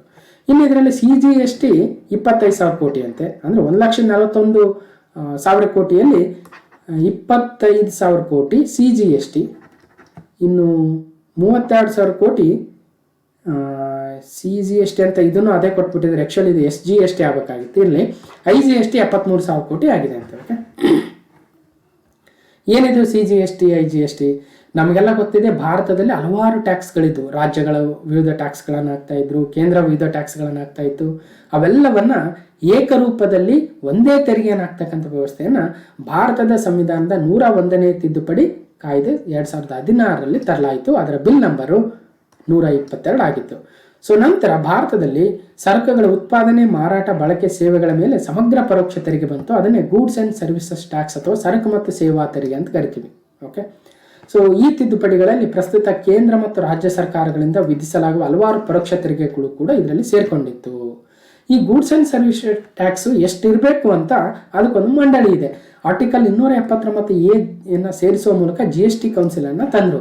ಅದರಲ್ಲಿ ಈಗ ಹಣಕಾಸು ಸಚಿವರು ಯಾರಿರ್ತಾರೆ ಅವರೇ ಅಧ್ಯಕ್ಷರಾಗಿರ್ತಾರೆ. ಅವರು ರಾಜ್ಯ ಮತ್ತು ಕೇಂದ್ರ ಸರ್ಕಾರಗಳಿಗೆ ನೋಡಿ GST ತೆರಿಗೆ ಇಷ್ಟಿರಬೇಕು ಅಂತ ಸಜೆಷನ್ ಅನ್ನ ಕೊಡ್ತಾ ಬಂದರು. ಅದಕ್ಕೆ ತಕ್ಕಂತೆ 0%, 5%, 12%, 18%, 28% ಅಂತಕ್ಕಂಥ 5 ವಿವಿಧ ರೀತಿಯ ತೆರಿಗೆಗಳು ಇವತ್ತಿದ್ದಾವೆ. ಅದರಲ್ಲೂ ಯಾವ ರೀತಿ ಕಲೆಕ್ಟ್ ಮಾಡ್ತಾರೆ ತೆರಿಗೆಯನ್ನು ಅಂತ ನಾವು ಹಿಂದೆ ಕೂಡ ಮಾತಾಡಿದ್ದೀವಿ. CGST ಅಂದರೆ ಸೆಂಟ್ರಲ್ GST, ಕೇಂದ್ರ ಸರ್ಕಾರವು ಒಂದು ರಾಜ್ಯದೊಳಗಿನ ಮಾರಾಟದ ಮೇಲೆ ಸಂಗ್ರಹಿಸುವ ತೆರಿಗೆ ಆಗಿದೆ. ಅಂದರೆ ಯಾವುದಾದ್ರೂ ಒಂದು ಗೂಡ್ಸ್ ಮಾರಿದ್ರೆ, ನೀವೊಂದು ಯಾವುದೋ ಮೊಬೈಲ್ ತೆಗೆದುಕೊಂಡ್ರೆ ಅದಕ್ಕೆ CGST ಅಂತ ಇಷ್ಟು % ಅಂತ ಹಾಕ್ತಾರೆ. ಅದು 18% ಇದ್ರೆ ಸೊ ಅಷ್ಟು, ಅದರಲ್ಲಿ ಮೋಸ್ಟ್ಲಿ 9% ತಗೊಳ್ತಾರೆ ಅನ್ಸುತ್ತೆ. ಇನ್ನು ಸ್ಟೇಟ್ GST ಅಂದರೆ ಒಂದು ರಾಜ್ಯದೊಳಗಿನ ಮಾರಾಟ ಆಗ್ತಕ್ಕಂಥ ಆ ಮೊಬೈಲ್ಗೆ ಸ್ಟೇಟ್ ಎಷ್ಟು ಹಾಕುತ್ತೆ, 18% ಇದೆ ಅಂದರೆ ಮೋಸ್ಟ್ 9% ಸೆಂಟ್ರಲ್ GST, ಇನ್ನು 9% ಸ್ಟೇಟ್ GST ಹಾಕ್ತಾರೆ. ಓಕೆ, ಇನ್ನು ಇಂಟಿಗ್ರೇಟೆಡ್ GST ಅಂತ ಹಾಕ್ತಾರೆ, IGST. ಇದೆಂಗಂದ್ರೆ ಒಂದು ವಸ್ತು ಕರ್ನಾಟಕದಲ್ಲಿ, ಒಂದು ಮೊಬೈಲ್ ಕರ್ನಾಟಕದಲ್ಲಿ ತಯಾರಾಯಿತು, ತಮಿಳುನಾಡಿಗೆ ಹೋಯ್ತು, ತಮಿಳುನಾಡಲ್ಲಿ ಅದನ್ನು ಮಾರಾಟ ಆಯಿತು, ಹಾಗಾದರೆ ಇದು IGSTಗೆ ಬರುತ್ತೆ. Okay, integrated GST. ಆ ನಂತರ ಅದು ಎಲ್ಲಿ ಮಾರಾಟ ಆಗಿದೆ, ಎಲ್ಲಿ ಉತ್ಪಾದನೆ ಆಗಿದೆ ಅನ್ನೋದ್ರ ಮೇಲೆ ಕೇಂದ್ರ ಸರ್ಕಾರ ಆಯಾ ರಾಜ್ಯಗಳಿಗೆ ಒಂದಷ್ಟು GST ಪರಿಹಾರವನ್ನು ನೀಡ್ತಾ ಹೋಗುತ್ತೆ. ಸೊ ಹೀಗೆ ಹಲವಾರು ವಿಚಾರಗಳು GST ಮೇಲೆ ಮಾತಾಡಿದ್ವಿ. ಸೊ ಏನಂದರೆ ಒಟ್ಟಾರೆಯಾಗಿ ಈ ಒಂದು ತಿಂಗಳಲ್ಲಿ GST ಸಾಕಷ್ಟು ಕಲೆಕ್ಟ್ ಆಗಿದೆ ಅನ್ನೋದು ತಿಳ್ಕೊಬೇಕು. ಓಕೆ, ನೆಕ್ಸ್ಟ್ ಕ್ವಶನ್ ನಂಬರ್ 9 ನೋಡಿ, ತೆಲಂಗಾಣ ರಾಜ್ಯ ರಚನಾ ದಿನ ಅಥವಾ ತೆಲಂಗಾಣ ರಾಜ್ಯೋತ್ಸವ ದಿನ ಅಂತ ಕರಿಬೋದು. ಸೊ ಜೂನ್ 2, 2022ಕ್ಕೆ 8 ವರ್ಷಗಳಾಗುತ್ತೆ ತೆಲಂಗಾಣ ಒಂದು ಹೊಸ ರಾಜ್ಯ ರಚನೆಯಾಗಿ. ನೋಡಿ, Telangana formation day 2022 is observed on 2 June. Okay, ಏನಿದೆ ನೋಡೋಣ, ಯಾವಾಗ ತೆಲಂಗಾಣ ರಾಜ್ಯ ಆಯಿತು? ಸೊ ಎಲ್ಲರಿಗೂ ಗೊತ್ತಿರ್ತಕ್ಕಂಥ ವಿಚಾರ ಏನು ದೊಡ್ಡದಲ್ಲ. ನೋಡಿ, 2 ಜೂನ್ 2014ರಂದು ತೆಲಂಗಾಣ ರಾಜ್ಯವು ಆಂಧ್ರ ಪ್ರದೇಶದಿಂದ ವಿಭಜನೆ ಆಗುತ್ತೆ. ಓಕೆ, ಸೊ ಹಾಗಾದರೆ 2015ಕ್ಕೆ 1ನೇ ವರ್ಷ, 2016, 2017, 2018, 2019, 2020, 2021, 2022. ಸೊ 1, 2, 3, 4, 5, 6, 7, 8 ವರ್ಷ ಆಯಿತು ತೆಲಂಗಾಣ ರಾಜ್ಯ ರಚನೆಯಾಗಿ. ಎಷ್ಟು ವರ್ಷಗಳಾಯಿತು? 8 ವರ್ಷಗಳಾಯಿತು. ಈ ಥರ ಬರೆದ್ರೆ ಒಂದು ಸ್ವಲ್ಪ ನೆನಪಿರುತ್ತೆ ತಲೆಯಲ್ಲಿ ಅಲ್ವಾ? ಓ ಸರ್ ಹಿಂಗೆ ಬರೆದಿದ್ರು ಅಂತ. ಸೊ ಅದಕ್ಕೋಸ್ಕರ ಏನೋ ಒಂದು ಚೂರು ಬೇರೆ ವೆರೈಟಿಯಾಗಿ ಹೇಳೋದು ಆ ರೀತಿಯಾಗಿ ಮಾಡಿದರೆ ಬೇಗ ನೆನಪಿರ್ತಿಲ್ಲ ಅಂದರೆ ಮರ್ತೋಗುತ್ತೆ ಅಲ್ವಾ? ಎಷ್ಟು ವರ್ಷ ಆಯಿತು ಅನ್ನೋದೇ ಮರ್ತೋಗ್ಬಿಡುತ್ತೆ. ಓಕೆ, ಇರಲಿ. ಸೊ 2 ಜೂನ್ 2014ರಂದು ತೆಲಂಗಾಣ ರಾಜ್ಯವು ಆಂಧ್ರ ಪ್ರದೇಶದಿಂದ ವಿಭಜನೆಯಾಗಿ ಭಾರತದ ನೂತನ ರಾಜ್ಯವಾಯಿತು. Okay, so mostly 29th state, right? 29th state of India Telangana ಆಗಿತ್ತು.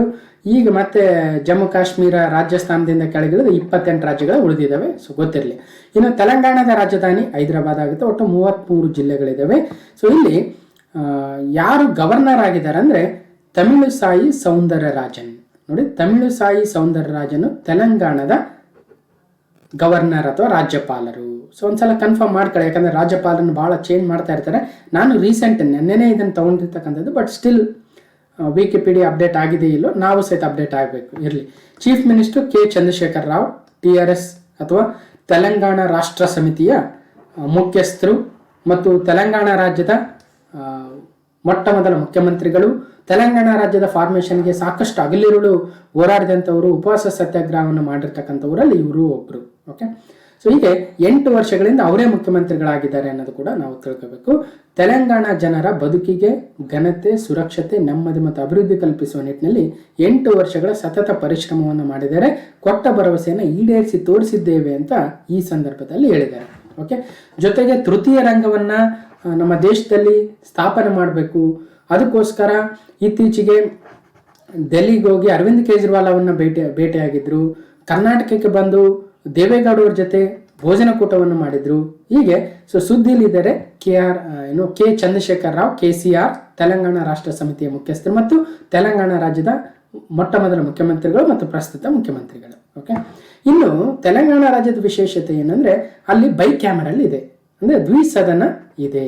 ಒಂದು ಅದೇ ಕೆಳಮನೆ ವಿಧಾನಸಭೆ, ಮೇಲ್ಮನೆ ವಿಧಾನ ಪರಿಷತ್ತು ಇದೆ, ಕೌನ್ಸಿಲ್ ಇದೆ, ಅಸೆಂಬ್ಲಿ ಕೂಡ ಇದೆ, ನೆನ್ಪಿಡ್ಬೇಕು. ಓಕೆ, ಅಸೆಂಬ್ಲಿಯಲ್ಲಿ 190 ಸೀಟ್ ಇದಾವೆ, ಕೌನ್ಸಿಲಲ್ಲಿ 40 ಸೀಟ್ ಇದಾವೆ.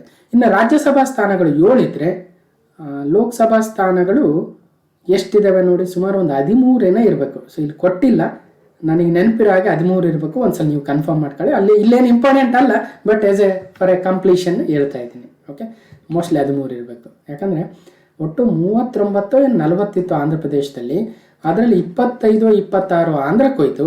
ಇನ್ನು ಉಳಿದಿರೋ ಒಂದು 13 ಈ ಕಡೆ ಬಂತು. ಸೊ ಓಕೆ, ಒಂದ್ಸಲ ಕನ್ಫರ್ಮ್ ಮಾಡ್ಕೊಳ್ಳಿ, ಏನಾಗಲ್ಲ. ಇನ್ನು ತೆಲಂಗಾಣ ಹೈಕೋರ್ಟ್ ತೆಲಂಗಾಣದಲ್ಲೇ ಇದೆ. ಸೊ ಇಷ್ಟು ನೆನ್ಪಿಡ್ಕೊಳ್ಳಿ. ಮುಂದೆ ಹೋಗೋಣ. Question number 10. ಕೋಲ್ಕತ್ತಾ ಸಂಗೀತ ಕಾರ್ಯಕ್ರಮದಲ್ಲಿ ಪ್ರದರ್ಶನ ನೀಡಿದ ನಂತರ ಗಾಯಕ KK ನಿಧನರಾದರು. ಓಕೆ, KK ಅಂದ್ರೆ ಏನು ಅಂತ ನೋಡ್ತಾ ಹೋಗೋಣ. Singer KK dies at 53 after performing Kolkata concert. ಅಲ್ಲೊಂದು ಸಂಗೀತ ಕಾರ್ಯಕ್ರಮ ಕನ್ಸರ್ಟ್ ಏನು ನಡೆದಿತ್ತು. ಅಲ್ಲಿ ಕೃಷ್ಣಕುಮಾರ್ ಕುನ್ನತ್ ಅವರು ಬಹಳ ಫೇಮಸ್ ಆಗಿರ್ತಕ್ಕಂಥ ಸಿಂಗರ್ ಆಗ್ತಾರೆ. ಬಾಲಿವುಡ್ ಆಗಿರ್ಬೋದು, ಈವನ್ ಕನ್ನಡ, ತಮಿಳು, ತೆಲುಗು, ಮರಾಠಿ, ಬೆಂಗಾಲಿ ಭಾಷೆಗಳಲ್ಲಿ ಸಹಿತ ಇವರು ಆಡಿರ್ತಕ್ಕಂಥವ್ರು. ಹೀಗೆ ಖ್ಯಾತ ಗಾಯಕ KK ನಿಧನರಾಗಿದ್ದಾರೆ. ಕನ್ನಡ, ಹಿಂದಿ ಸಹಿತ ವಿವಿಧ ಭಾಷೆಗಳಲ್ಲಿ 100 ಹಾಡುಗಳನ್ನು ಆಡಿರ್ತಕ್ಕಂಥ ಖ್ಯಾತ ಗಾಯಕ ಕೃಷ್ಣಕುಮಾರ್ ಕುನ್ನತ್ ಅಥವಾ ಜನರಲ್ ಆಗಿ KK ಅಂತ ಏನು ಕರಿತಾ ಇದ್ರು, ಅವರು ಅನಾರೋಗ್ಯದಿಂದ ನಿಧನರಾದರು. ಕೋಲ್ಕತ್ತಾದಲ್ಲಿ ಆಯೋಜಿಸಲಾಗಿದ್ದ ಸಂಗೀತ ಕಾರ್ಯಕ್ರಮದಲ್ಲಿ KK ಅವರು ಸುಮಾರು 1 ಗಂಟೆ ಕಾಲ ಆಡಿದ್ರು. ನಂತರ ಆರೋಗ್ಯದಲ್ಲಿ ಏರುಪೇರಾಯಿತು.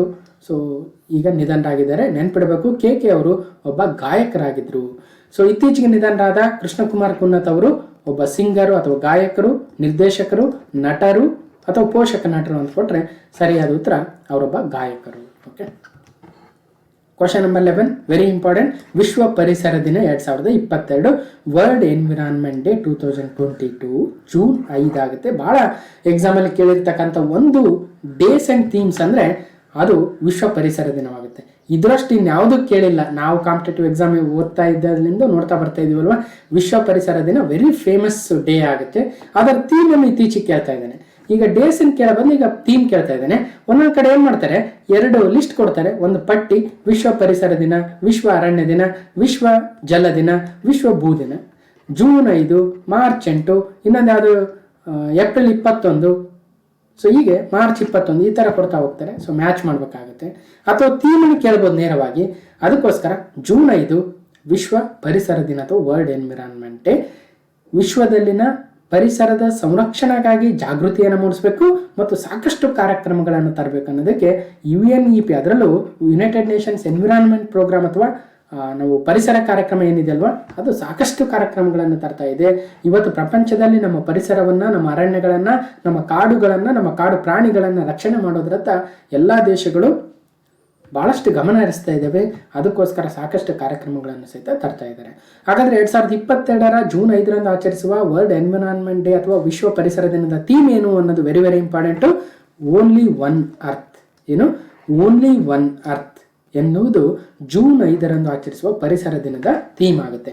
ಇದೇ ಥರನೇ ಕೊಡ್ತಾರೆ ನೋಡಿ, ಈ ಥರ ಬರೀತಾರೆ, ಓನ್ಲಿ ಒನ್ ಅರ್ತ್ ಅಂತ ಬರೆದಿರ್ತಾರೆ. ಇದರದ್ದು ಕನ್ನಡ ಕನ್ವರ್ಷನ್ ಅನ್ನ ಕೊಡಲ್ಲ, ಆದ್ರೆ ಸಹಿತ ತಿಳ್ಕೊಳ್ಳೋಣ, ನೆನ್ಪಿಡೋಕ್ಕೋಸ್ಕರ ಇರುವುದೊಂದೇ ಭೂಮಿ. ಓನ್ಲಿ ಒನ್ ಅರ್ತ್ ಅಂದ್ರೆ ಇರುವುದೊಂದೇ ಭೂಮಿ, ಅಥವಾ ಶಾರ್ಟ್ ಆಗಿ ಒಂದೇ ಭೂಮಿ ಎನ್ನುವುದು 2022 ಜೂನ್ 5 ಆಚರಿಸುವ ವಿಶ್ವ ಪರಿಸರ ದಿನದ ಥೀಮ್ ಆಗುತ್ತೆ. ಓನ್ಲಿ ಒನ್ ಅರ್ತ್, ಇರುವುದೊಂದೇ ಭೂಮಿ. ಓಕೆ, ನೆನ್ಪಿಡಿ. So question number 12 very very important, ಭಾಳ ಸುದ್ದಿಲಿದೆ. ಒಂದು ಜೀವಿಯ DNA ಬದಲಾವಣೆ ಮಾಡುವ ತಂತ್ರಜ್ಞಾನದ ಹೆಸರೇನು? What is the name of the technology in which DNA of an organism is changed? ಅದಕ್ಕೇನಾದರೂ ಜೆನೆಟಿಕ್ ಮಾರ್ಪಾಡು ಅಂತೀವ. ಅಂದರೆ ಈಗ DNA ಅಂದ್ರೆ ಏನು? ಮೊದಲು DNA ಚೇಂಜ್ ಮಾಡಬೇಕು ಅಲ್ವಾ. ನಮ್ಮ ಬೇರೆ ಬೇರೆ ನಾವು ಜೀನೋಮ್ ಅಂತೀವಿ ಅಥವಾ ಜೀನ್ ಅಂತೀವಿ. ಇವೆಲ್ಲವೂ ಏನಾಗ್ತವೆ, ಒಟ್ಟಿನಲ್ಲಿ ನಮ್ಮ ಹೆರಿಡಿಟರಿ ಫೀಚರ್ಸ್ ಆಗ್ತವೆ. ನಮ್ಮ ದೇಹದ ಬೆಳವಣಿಗೆ ಎಷ್ಟಾಗಬೇಕು, ನಮ್ಮ ಎತ್ತರ ಎಷ್ಟಾಗಬೇಕು, ನಮ್ಮ ಕಲರ್ ಏನು, ನಮ್ಮ ಐ ಸೈಜ್ ಏನು, ಹೀಗೆ ನಮ್ಮ ಬೆಳವಣಿಗೆಯನ್ನು ನಿರ್ಧಾರ ಮಾಡ್ತಕ್ಕಂಥ ಇನ್ಫಾರ್ಮೇಷನ್ನ ಒತ್ತು ತರ್ತಕ್ಕಂಥವೇ ಜೀನೋಮ್ಗಳಾಗ್ತವೆ. ಇಂಥ ಜೀನೋಮ್ಗಳನ್ನು ನಾವು ಬದಲಾವಣೆ ಮಾಡೋ ಮುಖಾಂತರ ನಮ್ಮ ಎತ್ತರ, ನಮ್ಮ ಪೂರ್ವಜರಿಂದ ಬಂದಿರತಕ್ಕಂಥ ನಮ್ಮ ಫೀಚರ್ಗಳನ್ನೇ ಚೇಂಜ್ ಮಾಡಿಬಿಡ್ಬೋದು ಅಲ್ವಾ.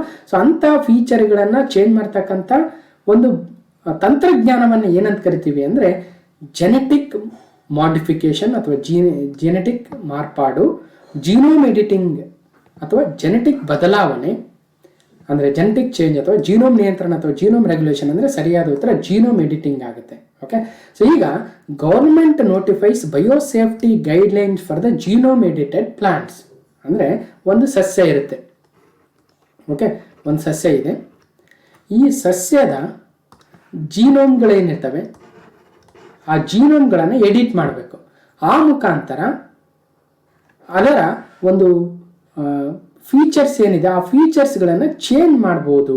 ಈಗ ಒಂದು ಎಕ್ಸಾಂಪಲ್ ನೋಡೋಣ. ಸೊ ಇಲ್ಲಿ ಒಂದು ನಮ್ಮ ಪೂರ್ವಜರಿಂದ ಬೆಳೆದು ಬಂದಿರತಕ್ಕಂಥ ಒಂದು ಬೆಳೆ ಇದೆ, ಆನ್ಸೆಸ್ಟರಲ್ ಕ್ರಾಪ್ಸ್ ಇದೆ, ನೋಡ್ಬೋದು. ಸೊ ಇದು ಒಂದು ಬೆಳೆ ಇದೆ. ಇದರ ತೆನೆಯನ್ನು ನೋಡಿ ಒಂದು 10 ಕಾಳು ಇದಾವೆ ಅನ್ಕೊಳ್ಳೋಣ. 10 ಕಾಳು ಭಾಳ ಕಡಿಮೆ ಇಳುವರಿ ಸಿಗುತ್ತೆ.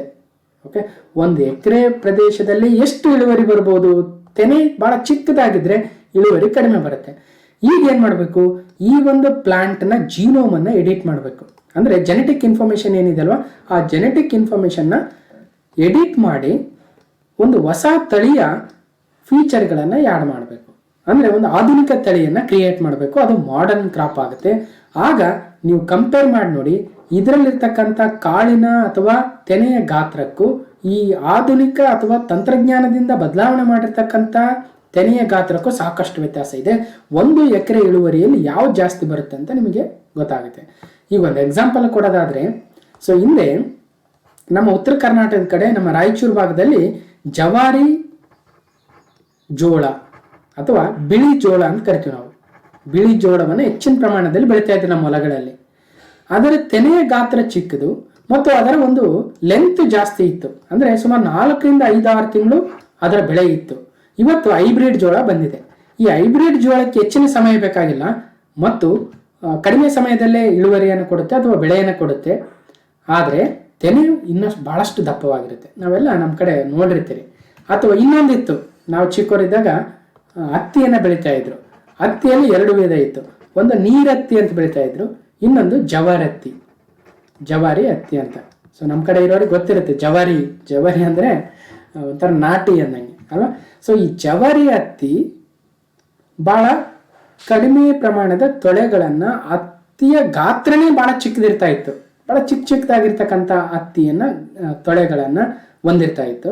ಆದರೆ ನೀರತ್ತಿ ಬೇರೆ ಬೇರೆ ವೆರೈಟೀಸ್ ಆಫ್ ಹೈಬ್ರಿಡ್ ಕಾಟನ್ ಏನಿದೆ ಅವುಗಳ ತೊಳೆ ಅಥವಾ ಹತ್ತಿಯ ಗಾತ್ರ ಬಹಳ ದೊಡ್ಡದಾಗಿರ್ತಾ ಇತ್ತು. ಸೊ ಹಾಗಾಗಿ ಇಳುವರಿ ಹೆಚ್ಚಿನ ಪ್ರಮಾಣದಲ್ಲಿ ಬರ್ತಾ ಇತ್ತು. ಈಗ ನೋಡಿ, ನಮ್ಮ ಪೂರ್ವಜರ ಬೆಳೆಗೂ ಮತ್ತು ಈ ಆಧುನಿಕ ಬೆಳೆಗೂ ಇರ್ತಕ್ಕಂಥ ವ್ಯತ್ಯಾಸ. ಇವತ್ತಿನ ಜನಸಂಖ್ಯೆ ಏನಿರ್ತಾ ಇದೆ, ಆ ಜನಸಂಖ್ಯೆಗೆ ತಕ್ಕಂತೆ ನಮ್ಮ ಭಾರತದಲ್ಲಿ ಧಾನ್ಯಗಳು ಹೆಚ್ಚಿನ ಪ್ರಮಾಣದಲ್ಲಿ ಬೇಕಾಗುತ್ತೆ. ಅದಕ್ಕೋಸ್ಕರನೇ ಹಸಿರು ಕ್ರಾಂತಿ ಅವೆಲ್ಲ ಬಂದವು. ಆದರೆ ನೇರವಾಗಿ ಒಂದು ಬೆಳೆಯ ಒಂದು ಜೀನೋಮನ್ನು ಎಡಿಟ್ ಮಾಡೋ ಮುಖಾಂತರ, ಅದರ ಗುಣಲಕ್ಷಣಗಳನ್ನೇ ಎಡಿಟ್ ಮಾಡೋ ಮುಖಾಂತರ ಅದನ್ನು ಹೆಚ್ಚಿನ ಪ್ರಮಾಣದ ಬೆಳೆಯನ್ನಾಗಿ ಕನ್ವರ್ಟ್ ಮಾಡೋ ಉದ್ದೇಶವನ್ನು ಇಟ್ಕೊಂಡಿದ್ದಾರೆ. ಸೊ ಇನ್ನು ಕೆಳಗಡೆ ಇನ್ನೊಂದಿದೆ, ವೈಲ್ಡ್ ಪ್ಲಾಂಟ್ ಇದೆ. ಅಂದರೆ ಕಾಡಿನಲ್ಲಿ ಬೆಳೀತಕ್ಕಂಥ ಒಂದು ತಳಿ ಇರುತ್ತೆ. ಅದರ ಒಂದು ಕಾಳಿನಲ್ಲಿರ್ತಕ್ಕಂಥ ಬೀಜಗಳನ್ನು ನೋಡಿದರೆ ಕೇವಲ ಒಂದು 5-6 ಇದ್ದಾವೆ. ಅದನ್ನು ಜೀನೋಮ್ ಎಡಿಟಿಂಗ್ ಮಾಡೋ ಮುಖಾಂತರ, ಅಂದರೆ ಅದರ ಗುಣಲಕ್ಷಣಗಳೇನಿದೆ ಆ ಕಾಡಿನ ಒಂದು ಸಸ್ಯದ ಗುಣಲಕ್ಷಣಗಳನ್ನು ಬದಲಾವಣೆ ಮಾಡೋ ಮುಖಾಂತರ ಆಧುನಿಕತೆಯನ್ನು ತರಬೇಕು. ಆ ಮೂಲಕ ಅದರ ತೆನೆಯ ಗಾತ್ರ, ಅದರಿಂದ ಸಿಗ್ತಕ್ಕಂಥ ಫಸಲಿನ ಪ್ರಮಾಣ ಮತ್ತು ಅದರಲ್ಲಿರ್ತಕ್ಕಂಥ ವಿವಿಧ ಗುಣಲಕ್ಷಣಗಳು, ಸೊ ಇವೆಲ್ಲವುಗಳನ್ನು ನಾವು ಚೇಂಜ್ ಮಾಡ್ಬೋದು. ಸೊ ಅಂಥ ಒಂದು ಎಡಿಟಿಂಗ್ ಜೀನೋಮ್ ಎಡಿಟಿಂಗ್ ಆಗುತ್ತೆ. ಅದರ ಮುಖಾಂತರ ಆ ಒಂದು ಸಸ್ಯ ಅಥವಾ ಅದರ ಒಂದು ಫಸಲಿನಲ್ಲಿರ್ತಕ್ಕಂಥ ನ್ಯೂಟ್ರಿಷನಲ್ ವ್ಯಾಲ್ಯೂವನ್ನು, ಪೌಷ್ಟಿಕಾಂಶದ ಒಂದು ಮೌಲ್ಯವನ್ನು ಹೆಚ್ಚಿಸ್ಬೋದು. 1ನೇ ಅಂಶ. 2ನೇ ಅಂಶ, ಅದಕ್ಕೇನಾದರೂ ರೋಗ ಬಂದರೆ ಆ ರೋಗದ ಲಕ್ಷಣಗಳನ್ನು ರೆಜಿಸ್ಟ್ ಮಾಡ್ತಕ್ಕಂಥ ಕೆಪಬಿಲಿಟಿಯನ್ನು ಈ ಜೀನೋಮ್ ಎಡಿಟಿಂಗ್ ಮುಖಾಂತರ ಮಾಡ್ಬೋದು. ಜೊತೆಗೆ ಕೆಲವೊಂದು ವೈಲ್ಡ್ ಪ್ಲಾಂಟ್ಸ್ ಅಂತ ಏನು ಕರಿತೀವಿ, ಕಾಡಿನಲ್ಲಿ ಬೆಳೆಯುವ ಸಸ್ಯಗಳನ್ನು ಡೊಮೆಸ್ಟಿಕೇಟ್ ಮಾಡ್ತಕ್ಕಂಥದ್ದು. ಅಂದರೆ ನಮ್ಮ ದಿನನಿತ್ಯದ ಹೊಲಗಳಲ್ಲಿ ಬೆಳೀತಕ್ಕಂಥ ಒಂದು ಚೇಂಜಸ್ಸನ್ನು ಮಾಡ್ತಕ್ಕಂಥದ್ದು. ಹೀಗೆ ಅದಕ್ಕೆ ಕ್ರಿಸ್ಪಾರ್ ಅಂತಕ್ಕಂಥ ಜೀನೋಮ್ ಎಡಿಟಿಂಗ್ ಟೆಕ್ನಿಕ್ಸ್ ಅನ್ನು ಕೂಡ ಬಳಸ್ತಾರೆ. ಸೊ ಒಟ್ಟಾರೆಯಾಗಿ ನಮಗೆ ಏನು ಫೀಚರ್ಸ್ ಇರ್ತವೆ, ನಮ್ಮ ತಲತಲಾಂತರದಿಂದ ಪೂರ್ವಜರಿಂದ ಬಂದಿರತಕ್ಕಂಥ ಗುಣಲಕ್ಷಣಗಳನ್ನು ಬದಲಾವಣೆ ಮಾಡುವ ಮುಖಾಂತರ ಈ ಸಸ್ಯಗಳಲ್ಲಿ ಸಾಕಷ್ಟು ಒಂದು ಇಳುವರಿಯನ್ನು, ರೋಗ ನಿರೋಧಕ ಶಕ್ತಿಯನ್ನು ಬೆಳೆಸ್ಬೋದು ಅನ್ನೋ ಉದ್ದೇಶಕ್ಕೆ ಭಾರತದಲ್ಲಿ ಜೀನೋಮ್ ಎಡಿಟಿಂಗಿಗೆ ಒಂದು ವರದಿಯನ್ನು, ಒಂದು ಮಾರ್ಗಸೂಚಿಗಳನ್ನು ಬಿಡುಗಡೆ ಮಾಡಿದ್ದಾರೆ. ಅದನ್ನೇ guidelines for the safety assessment of genome edited plants 2022 ಅಂತ department of biotechnology under the ministry of science and technology, ಕೇಂದ್ರ ಸರ್ಕಾರದ ವಿಜ್ಞಾನ ಮತ್ತು ತಂತ್ರಜ್ಞಾನದ ಮಂತ್ರಾಲಯದ ಅಡಿಯಲ್ಲಿ ಬರ್ತಕ್ಕಂಥ ಬಯೋಟೆಕ್ನಾಲಜಿ ಇಲಾಖೆ ಅಥವಾ ಜೀವತಂತ್ರಜ್ಞಾನ ಇಲಾಖೆಯು ಈ ಒಂದು ಜೀನೋಮ್ ಎಡಿಟಿಂಗ್ ಸಸ್ಯಗಳ ಸುರಕ್ಷತೆಯ ಮೌಲ್ಯಮಾಪನಕ್ಕಾಗಿ ಮಾರ್ಗಸೂಚಿಗಳನ್ನು ಪ್ರಕಟ ಮಾಡಿದೆ. ಜೀನೋಮ್ ಎಡಿಟಿಂಗ್ ತಂತ್ರಜ್ಞಾನಗಳ ಸುಸ್ಥಿರ ಬಳಕೆಗಾಗಿ ಮಾರ್ಗಸೂಚಿಗಳ ನೀಲನಕ್ಷೆಯನ್ನು ಒದಗಿಸಿದೆ. ಅವು ಸಾರ್ವಜನಿಕ ಮತ್ತು ಖಾಸಗಿ ವಲಯದ ಸಂಶೋಧನಾ ಸಂಸ್ಥೆಗಳಿಗೆ ಅನ್ವಯಿಸ್ತವೆ. ಹೌದು, ನಾವು ಕಾಡಿನ ಸಸ್ಯಗಳನ್ನು ಮಾಡರ್ನೈಸ್ ಮಾಡಬೇಕು ಅಥವಾ ನಮ್ಮ ಆನ್ಸಿಸ್ಟರಲ್ ಕ್ರಾಪ್ಸ್ ಅಥವಾ ಪೂರ್ವಜರು ಬೆಳೆದಿರ್ತಕ್ಕಂಥ ಸಸ್ಯಗಳನ್ನು ಆಧುನೀಕರಣ ಮಾಡಬೇಕು ಅನ್ನೋದಾದರೆ ಒಂದಷ್ಟು ಮಾರ್ಗಸೂಚಿಗಳನ್ನು ಫಾಲೋ ಮಾಡಬೇಕಾಗುತ್ತೆ. ಆ ಮಾರ್ಗಸೂಚಿಗಳು ಪರಿಸರಕ್ಕೆ ಯಾವುದೇ ಹಾನಿಯನ್ನು ತರದೇ ಇರತಕ್ಕಂಥವಿರಬೇಕಾಗುತ್ತೆ. ಸೊ ಯಾವುದೋ ಇವತ್ತು GM ಕ್ರಾಪ್ಸ್ ಅಂತ ನೋಡ್ತೀವಿ, ಜೆನೆಟಿಕಲಿ ಮಾಡಿಫೈಡ್ ಕ್ರಾಪ್ಸು, ಅದು ಸಾಸಿವೆ ಆಗಿರ್ಬೋದು, ಬದನೆಕಾಯಿ ಆಗಿರ್ಬೋದು ಅಥವಾ ಇನ್ಯಾವು, ಇವುಗಳನ್ನ ತಿಂದಾಗ ಮಾನವನ ಆರೋಗ್ಯಕ್ಕೆ ಏನಾದರೂ ಎಫೆಕ್ಟ್ ಆಗುತ್ತಾ? ಹಾಗಾದರೆ ಯಾವ ರೀತಿಯ ಮಾರ್ಗಸೂಚಿಗಳನ್ನು ಇವರು ಹೊರಡಿಸಿದ್ದಾರೆ ಈ ಒಂದು ಗೈಡ್ಲೈನ್ಸಲ್ಲಿ ಅಲ್ವಾ? ಸೊ ಹಾಗಾಗಿ ಜೀನೋಮ್ ಎಡಿಟಿಂಗ್ ಎನ್ನುವುದು ಜೀವಿಯ DNA ಬದಲಾಯಿಸುವ ತಂತ್ರಜ್ಞಾನವಾಗಿದೆ. ಓಕೆ, ಇದು ತಳೀಯವಾಗಿ ಮಾರ್ಪಡಿಸಿದ ಜೀವಿಗಳ ತಂತ್ರಜ್ಞಾನಕ್ಕಿಂತ ಭಿನ್ನವಾಗಿದೆ. GMO ಬೇರೆ, ಜೀನೋಮ್ ಎಡಿಟಿಂಗ್ ಬೇರೆ ಅನ್ನೋದು ಕೂಡ ನೆನಪಿರಲಿ. ಒಟ್ಟಾರೆಯಾಗಿ ಗೌರ್ಮೆಂಟು ಈ ಒಂದು ಮ್ಯಾಪನ್ನು, ಈ ಒಂದು ರೋಡ್ ಲೈನನ್ನು, ಈ ಒಂದು ಗೈಡ್ಲೈನ್ಸನ್ನು ಬಿಟ್ಟಿದೆ. ಬಯೋಸೇಫ್ಟಿ ಆಗಿರಬೇಕು, ಪ್ರಪಂಚದ ಪರಿಸರಕ್ಕೆ ನಾಶ ಮಾಡದೇ ಇರತಕ್ಕಂಥ ಗೈಡ್ಲೈನ್ಗಳನ್ನು ಫಾಲೋ ಮಾಡಿ ನೀವು ಪ್ಲಾಂಟ್ಗಳಲ್ಲಿ ಸಸ್ಯಗಳಲ್ಲಿ ಜೀನೋಮ್ ಎಡಿಟಿಂಗ್ ಅನ್ನು ಮಾಡಬಹುದು. ಅದು ಸರ್ಕಾರದ ವಿವಿಧ ರಿಸರ್ಚ್ ಇನ್ಸ್ಟಿಟ್ಯೂಷನ್ಸ್ ಆಗಿರ್ಬೋದು ಅಥವಾ ಪ್ರೈವೇಟ್ ಸಂಶೋಧನಾ ಸಂಸ್ಥೆಗಳಾಗಿರ್ಬೋದು. ಅವರೆಲ್ಲರೂ ಈ ಒಂದು ಗೈಡ್ಲೈನ್ಸ್ ಏನು ಬಿಟ್ಟಿದ್ದಾರೆ, ಈ ಗೈಡ್ಲೈನ್ಸ್ನ ಫಾಲೋ ಮಾಡಿ ಜೀನೋಮ್ ಎಡಿಟಿಂಗ್ ಅನ್ನು ಸಸ್ಯಗಳಲ್ಲಿ ಮಾಡಬಹುದು ಅನ್ನೋ ಉದ್ದೇಶವನ್ನು ಇಟ್ಕೊಂಡಿದ್ದಾರೆ. ಸೊ ಅರ್ಥ ಆಯ್ತು ಅನ್ಕೊಳ್ತೀನಿ. ಸೊ ಒಟ್ಟಾರೆಯಾಗಿ ಈ ಜೀನೋಮ್ ಎಡಿಟಿಂಗ್ ಏನಿದೆ ಅಲ್ವಾ, ಅದು ಜೀವಿಯ DNA ಬದಲಾವಣೆ ಮಾಡ್ತಕ್ಕಂಥ ಒಂದು ತಂತ್ರಜ್ಞಾನವಾಗುತ್ತೆ. ಓಕೆ, ನೆಕ್ಸ್ಟ್ ಬರೋಣ question number 13. Again very important. Quad countries meeting ಆಯಿತು. ಕ್ವಾಡ್ ಲೀಡರ್ಸು ತಮ್ಮ ಶೃಂಗಸಭೆಯಲ್ಲಿ ಇತ್ತೀಚೆಗೆ ಭೇಟಿಯಾಗಿದ್ದರು. ಹಾಗಾದರೆ ಕ್ವಾಡ್ ಕಂಟ್ರೀಸ್ ಅಂದರೆ ಯಾವ್ಯಾವು? ಮೊದಲನೇ ಅಂಶ. ಈ ಕ್ವಾಡ್ ಕಂಟ್ರೀಸ್ ಮೀಟಿಂಗ್ ಇವಾಗ ಎಲ್ಲಿ ನಡೀತಾ 2022ರಲ್ಲಿ. ಈ ಕ್ವಾಡ್ ಕಂಟ್ರೀಸ್ನ ವಿವಿಧ ದೇಶಗಳೇನಂತ ನೋಡಿದ್ವಲ್ವ, ಆ ವಿವಿಧ ದೇಶಗಳ ಮುಖ್ಯಸ್ಥರು ಅಥವಾ ಪ್ರಧಾನಮಂತ್ರಿಗಳು ಯಾರ್ಯಾರಿದ್ದಾರೆ, ಸೊ ಇವೆಲ್ಲವನ್ನ ನೋಡ್ತಾ ಹೋಗೋಣ. Which country is the host of the Quad leaders summit 2022? ಜಪಾನಲ್ಲಿ ನಡೀತಾ, USA ದಲ್ಲಿ ನಡೀತಾ, ಭಾರತದಲ್ಲಿ ನಡೀತಾ, ಆಸ್ಟ್ರೇಲಿಯಾದಲ್ಲಿ ನಡೀತಾ? ಅಂದರೆ ಸರಿಯಾದ ಉತ್ತರ 2022ರ ಕ್ವಾಡ್ ಶೃಂಗಸಭೆಯು ಜಪಾನಿನಲ್ಲಿ ನಡೆಯಿತು. ಓಕೆ, ಜಪಾನ್ ಇದರ ಒಂದು ಆದ್ಯತೆಯ ದೇಶವಾಗಿತ್ತು. ಓಕೆ, ನೋಡಿ ಇದರಲ್ಲಿ 4 ದೇಶಗಳು ಬರ್ತವೆ. ಕ್ವಾಡ್ ಅಂದರೆ ಒಂಥರ ಕ್ವಾಡ್ರಿಲ್ಯಾಟರಲ್ ಸೆಕ್ಯೂರಿಟಿ ಡೈಲಾಗ್. ನೋಡಿ, ಕ್ವಾಡ್ ಅಂದರೆ ಕ್ವಾಡ್ರಿಲ್ಯಾಟರಲ್ ಸೆಕ್ಯೂರಿಟಿ ಡೈಲಾಗ್ ಅಂತ. ಇದರಲ್ಲಿ Bharat, Australia, Japan, United States. ಆರ್ಡ್ರಲ್ಲಿ ನೋಡೋದಾದರೆ USA ಮತ್ತು ಭಾರತ ಮೊದಲನೇದಾಗಿ ಈ ಒಂದು ಸೊ ಇದರಲ್ಲಿ ಜಾಯ್ನ್ ಆಗಿದ್ದು. ನಂತರ ಜಪಾನ್ ಜಾಯ್ನ್ ಆಯಿತು, ಅದಾದ ನಂತರ ಆಸ್ಟ್ರೇಲಿಯಾ ಜಾಯ್ನ್ ಆಯಿತು. ಹಾಗಾಗಿ ಈ 4 ದೇಶಗಳ ಶೃಂಗಸಭೆ ಆಗುತ್ತೆ, ಕ್ವಾಡ್ ಒಕ್ಕೂಟವಾಗುತ್ತೆ. ಓಕೆ, ಇದನ್ನು ಕ್ವಾಡ್ರಿಲ್ಯಾಟರಲ್ ಸೆಕ್ಯೂರಿಟಿ ಡೈಲಾಗ್ ಅಂತ ಕರಿತೀವಿ. ಇದರಲ್ಲಿ ಭಾರತ, US, ಜಪಾನ್ ಮತ್ತು ಆಸ್ಟ್ರೇಲಿಯಾಗಳು ಸೇರಿಕೊಂಡಿದ್ದೇವೆ. ಇದು ಕ್ವಾಡ್ ನಾಯಕರ 2ನೇ ವ್ಯಕ್ತಿಗತ ಶೃಂಗಸಭೆ ಆಗಿತ್ತು. ಓಕೆ, ಜಪಾನ್ ತನ್ನ ರಾಜಧಾನಿ ಟೋಕಿಯೋದಲ್ಲಿ ಈ ಒಂದು ಸಮಾವೇಶವನ್ನು ಏರ್ಪಡಿಸಿತ್ತು. ಓಕೆ, ಸೊ 1-2 ಮೀಟಿಂಗ್ಗಳು ಇದರಲ್ಲೇ ಆಗೋದು. COVID-19ನಲ್ಲಿ ವರ್ಚುವಲ್ ಆಗೇ ಆಗಿದ್ವು. ಇನ್ನು ಇದರಲ್ಲಿ ಯಾರ್ಯಾರು ಭಾಗವಹಿಸಿದ್ರು?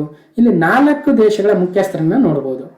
ಒಂದು, ಇವರು ನೋಡಿ, ನಮ್ಮ ಜಪಾನ್ನ ಪ್ರಧಾನಿ ಇಲ್ಲಿದ್ದಾರೆ, ನಮ್ಮ ಭಾರತದ ಪ್ರಧಾನಿ ಇಲ್ಲಿದ್ದಾರೆ, ಅಮೆರಿಕದ ಅಧ್ಯಕ್ಷರು ಇಲ್ಲಿದ್ದಾರೆ, ಆಸ್ಟ್ರೇಲಿಯಾದ ನೂತನ ಪ್ರಧಾನಿ, ಅವ್ರ ಹೆಸರೇನು, ಆಂಥೋನಿ ಆಲ್ಬನೀಸ್, ರೈಟ್.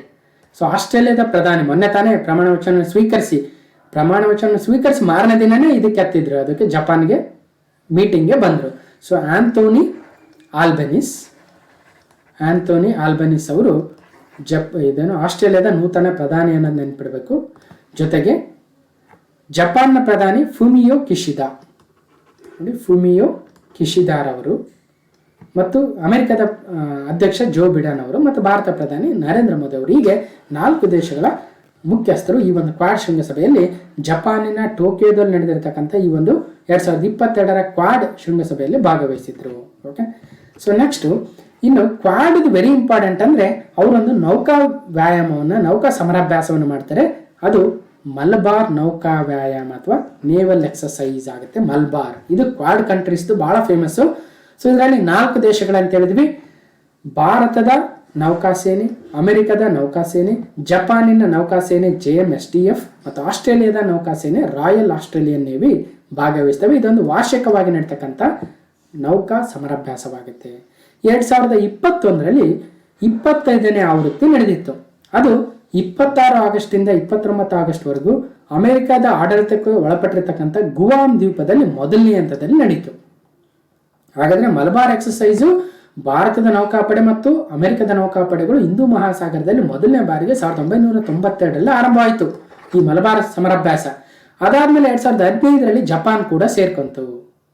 2015 ಆದ ನಂತರ 2020ರಲ್ಲಿ ಆಸ್ಟ್ರೇಲಿಯಾ ಕೂಡ ಸೇರ್ಕೊಂತು. ಹಾಗಾಗಿ ಈ 4 ದೇಶಗಳು Quad countries naval exercise Malabar ಆಗುತ್ತೆ. ಇದು ಗುವಾಮ್ ದ್ವೀಪದಲ್ಲಿ ಮೊದಲನೇ ಹಂತದಲ್ಲಿ ನಡೀತು. ನೋಡಿ, ಅಮೆರಿಕದ ಆಡಳಿತಕ್ಕೆ ಒಳಪಟ್ಟಿರ್ತಕ್ಕಂಥ ಗುವಾಮ್ ದ್ವೀಪದಲ್ಲಿ ಮೊದಲನೇ ಹಂತ. 2ನೇ ಹಂತ ಮಲಬಾರ್ ಎಕ್ಸಸೈಸ್ 2021ರಲ್ಲಿ 2ನೇ ಹಂತ ಎಲ್ಲಾಯಿತು ಅಂದರೆ ಅಕ್ಟೋಬರಲ್ಲಿ ಬಂಗಾಳ ಕೊಲ್ಲಿಯಲ್ಲಿ ಆಯಿತು. ಸೊ ಮೊದಲನೇ ಹಂತ ಗುವಾಮ್ ದ್ವೀಪ, 2ನೇ ಹಂತ ಬಂಗಾಳ ಕೊಲ್ಲಿ. Malabar naval exercise quad countries 2021ರಲ್ಲಿ 2 ಸಲ ಆಯಿತು. ಈಗ ಶೃಂಗಸಭೆ ಟೋಕಿಯೋದಲ್ಲಿ, ಜಪಾನ್ನ ರಾಜಧಾನಿ ಟೋಕಿಯೋದಲ್ಲಿ ನಡೆದಿತ್ತು. 4 ದೇಶಗಳ ಮುಖ್ಯಸ್ಥರು ಹೋಗಿದ್ರು. ಆಸ್ಟ್ರೇಲಿಯಾ ಪ್ರಧಾನಿ ಆಂಥೋನಿ ಆಲ್ಬನೀಸ್, ಜಪಾನ್ನ ಪ್ರಧಾನಿ ಫುಮಿಯೋ ಕಿಶಿದಾ, ಭಾರತ ಪ್ರಧಾನಿ ನರೇಂದ್ರ ಮೋದಿ ಮತ್ತು ಅಮೆರಿಕದ ಅಧ್ಯಕ್ಷ ಜೋ ಬಿಡನ್ ಅವರು. ಓಕೆ, ನೆಕ್ಸ್ಟ್ ಬರೋಣ ಕ್ವಶನ್ ನಂಬರ್ 14. ಚೀನಾವನ್ನು ಹೊರಗಿಟ್ಟು ಅಮೆರಿಕ ನೇತೃತ್ವದಲ್ಲಿ ಹೊಸ ಒಕ್ಕೂಟವನ್ನು ಸ್ಥಾಪನೆ ಮಾಡೋಣ ಅಂತ ಅಮೆರಿಕ ಇತ್ತೀಚೆಗೆ ಆ ಒಂದು ಕ್ವಾಡ್ ಶೃಂಗಸಭೆಗೆ ಹೋದಾಗ ಅಲ್ಲಿ ಹೇಳಿದರು. ಸೊ ಏನಿದೆ, Indo Pacific economic framework EPEF ಅಂತ ಹೊಸ ಒಂದು ಆರ್ಥಿಕ ಸಹಕಾರವನ್ನು ನೀಡ್ತಕ್ಕಂಥ ಒಂದು ಒಕ್ಕೂಟವನ್ನು, ಒಂದು ಫ್ರೇಮ್ವರ್ಕ್ ಅನ್ನು ಸ್ಥಾಪನೆ ಮಾಡೋಣ ಅಂತ ಅಮೆರಿಕ ಹೇಳಿದೆ. India sees a second chance to pivot to the Indo Pacific in a new group that excludes China Indo Pacific economic framework IPEF. IPEF very very important ಆಗುತ್ತೆ.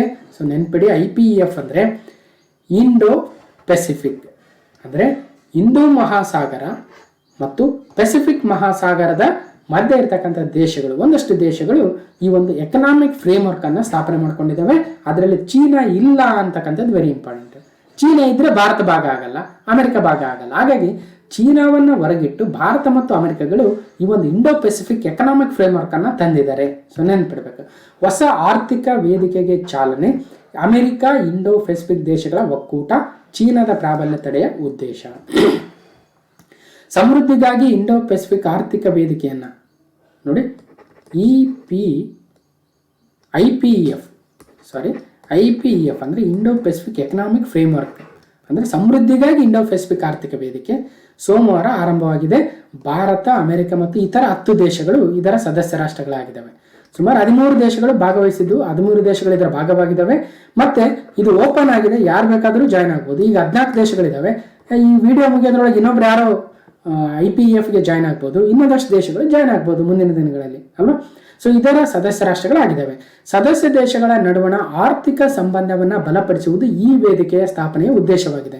ಈ ಪ್ರದೇಶದಲ್ಲಿ ಅಂದರೆ ಇಂಡೋ ಪೆಸಿಫಿಕ್ ರೀಜನ್ ಅಲ್ಲಿ ಚೀನಾದ ಆರ್ಥಿಕ ಪ್ರಭಾವವನ್ನು ತಡಿತಕ್ಕಂಥ ಉದ್ದೇಶವನ್ನು ಇದು ಹೊಂದಿದೆ. ಓಕೆ, ಸೊ ಜಾಗತಿಕ ಆರ್ಥಿಕ ಪ್ರಗತಿಯ ಎಂಜಿನ್ ಆಗಿ ಇಂಡೋ ಪೆಸಿಫಿಕ್ ಪ್ರದೇಶವನ್ನು ರೂಪಿಸುವ ಸಾಮೂಹಿಕ ಇಚ್ಛೆಯೇ IPEFನ ಉದ್ದೇಶವಾಗಿದೆ ಅಂತ ಹೇಳಿದರೆ, ಅತ್ಯಂತ ಹಳೆಯ ವಾಣಿಜ್ಯ ಬಂದರಾಗಿರ್ತಕ್ಕಂಥ, ಜಗತ್ತಿನ ಅತ್ಯಂತ ಹಳೆಯ ವಾಣಿಜ್ಯ ಬಂದರಾಗಿರ್ತಕ್ಕಂಥ ಗುಜರಾತ್ನ ಲೋತಾಲಲ್ಲಿ ವ್ಯಾಪಾರ ಕೇಂದ್ರ ಇಂದಿನ ದಿನಗಳಲ್ಲಿ ಇತ್ತು ಅಂತ ಇಲ್ಲಿ ನೆನಪು ಮಾಡ್ಕೊಂಡಿದ್ದಾರೆ ಪ್ರಧಾನಿ ಮೋದಿ ಅವರು. ಅಂದರೆ ಇತ್ತೀಚೆಗೆ ನಾವು ಹಿಸ್ಟ್ರಿ ಪಾಠ ಮಾಡಬೇಕಾದ್ರೆ ಸೊ ಲೋತಾಲ್ ಬಗ್ಗೆ ಹೇಳಿದ್ದೆ. ಅಂದರೆ ಸಿಂಧೂ ನಾಗರಿಕತೆಯ ಜನರು ಲೋತಾಲಲ್ಲಿ ಯಾವ ರೀತಿಯಾಗಿರ್ತಕ್ಕಂಥ ಒಂದು ಅಡುಗು ತಾಣವನ್ನು ಅಥವಾ ಡಾಕ್ ಯಾರ್ಡ್ ಅನ್ನು ನಿರ್ಮಿಸಿಕೊಂಡಿದ್ರು ಅಂತ ಕಂಪ್ಲೀಟ್ ಆಗಿರ್ತಕ್ಕಂಥ ಒಂದು ಡಿಸ್ಕಷನ್ ಅನ್ನು ಮಾಡಿದ್ವಿ ಅಲ್ವಾ, ಲೋತಾಲ್ ಬಂದರು ಅಂತ. ಸೊ ಅದನ್ನ ಇಲ್ಲಿ ಈ ಒಂದು ಕ್ಷಣದಲ್ಲಿ ಪ್ರಧಾನಮಂತ್ರಿ ಮೋದಿ ಅವರು ನೆನಪಿಸ್ಕೊಂಡಿದ್ದಾರೆ.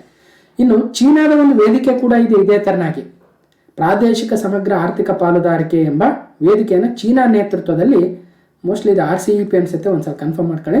15 ದೇಶಗಳು ಅದರಲ್ಲಿ ಇದಾವೆ, Indo Pacific, okay, Asia Pacific. Okay, ಇನ್ನು ಇದರಲ್ಲಿ ಈಗೇನು IPEF ಇದೆಯೋ ಇದರಲ್ಲಿ ಇರ್ತಕ್ಕಂಥ ಕೆಲವು ದೇಶಗಳು ಇದರಲ್ಲೂ ಇದ್ದಾವೆ.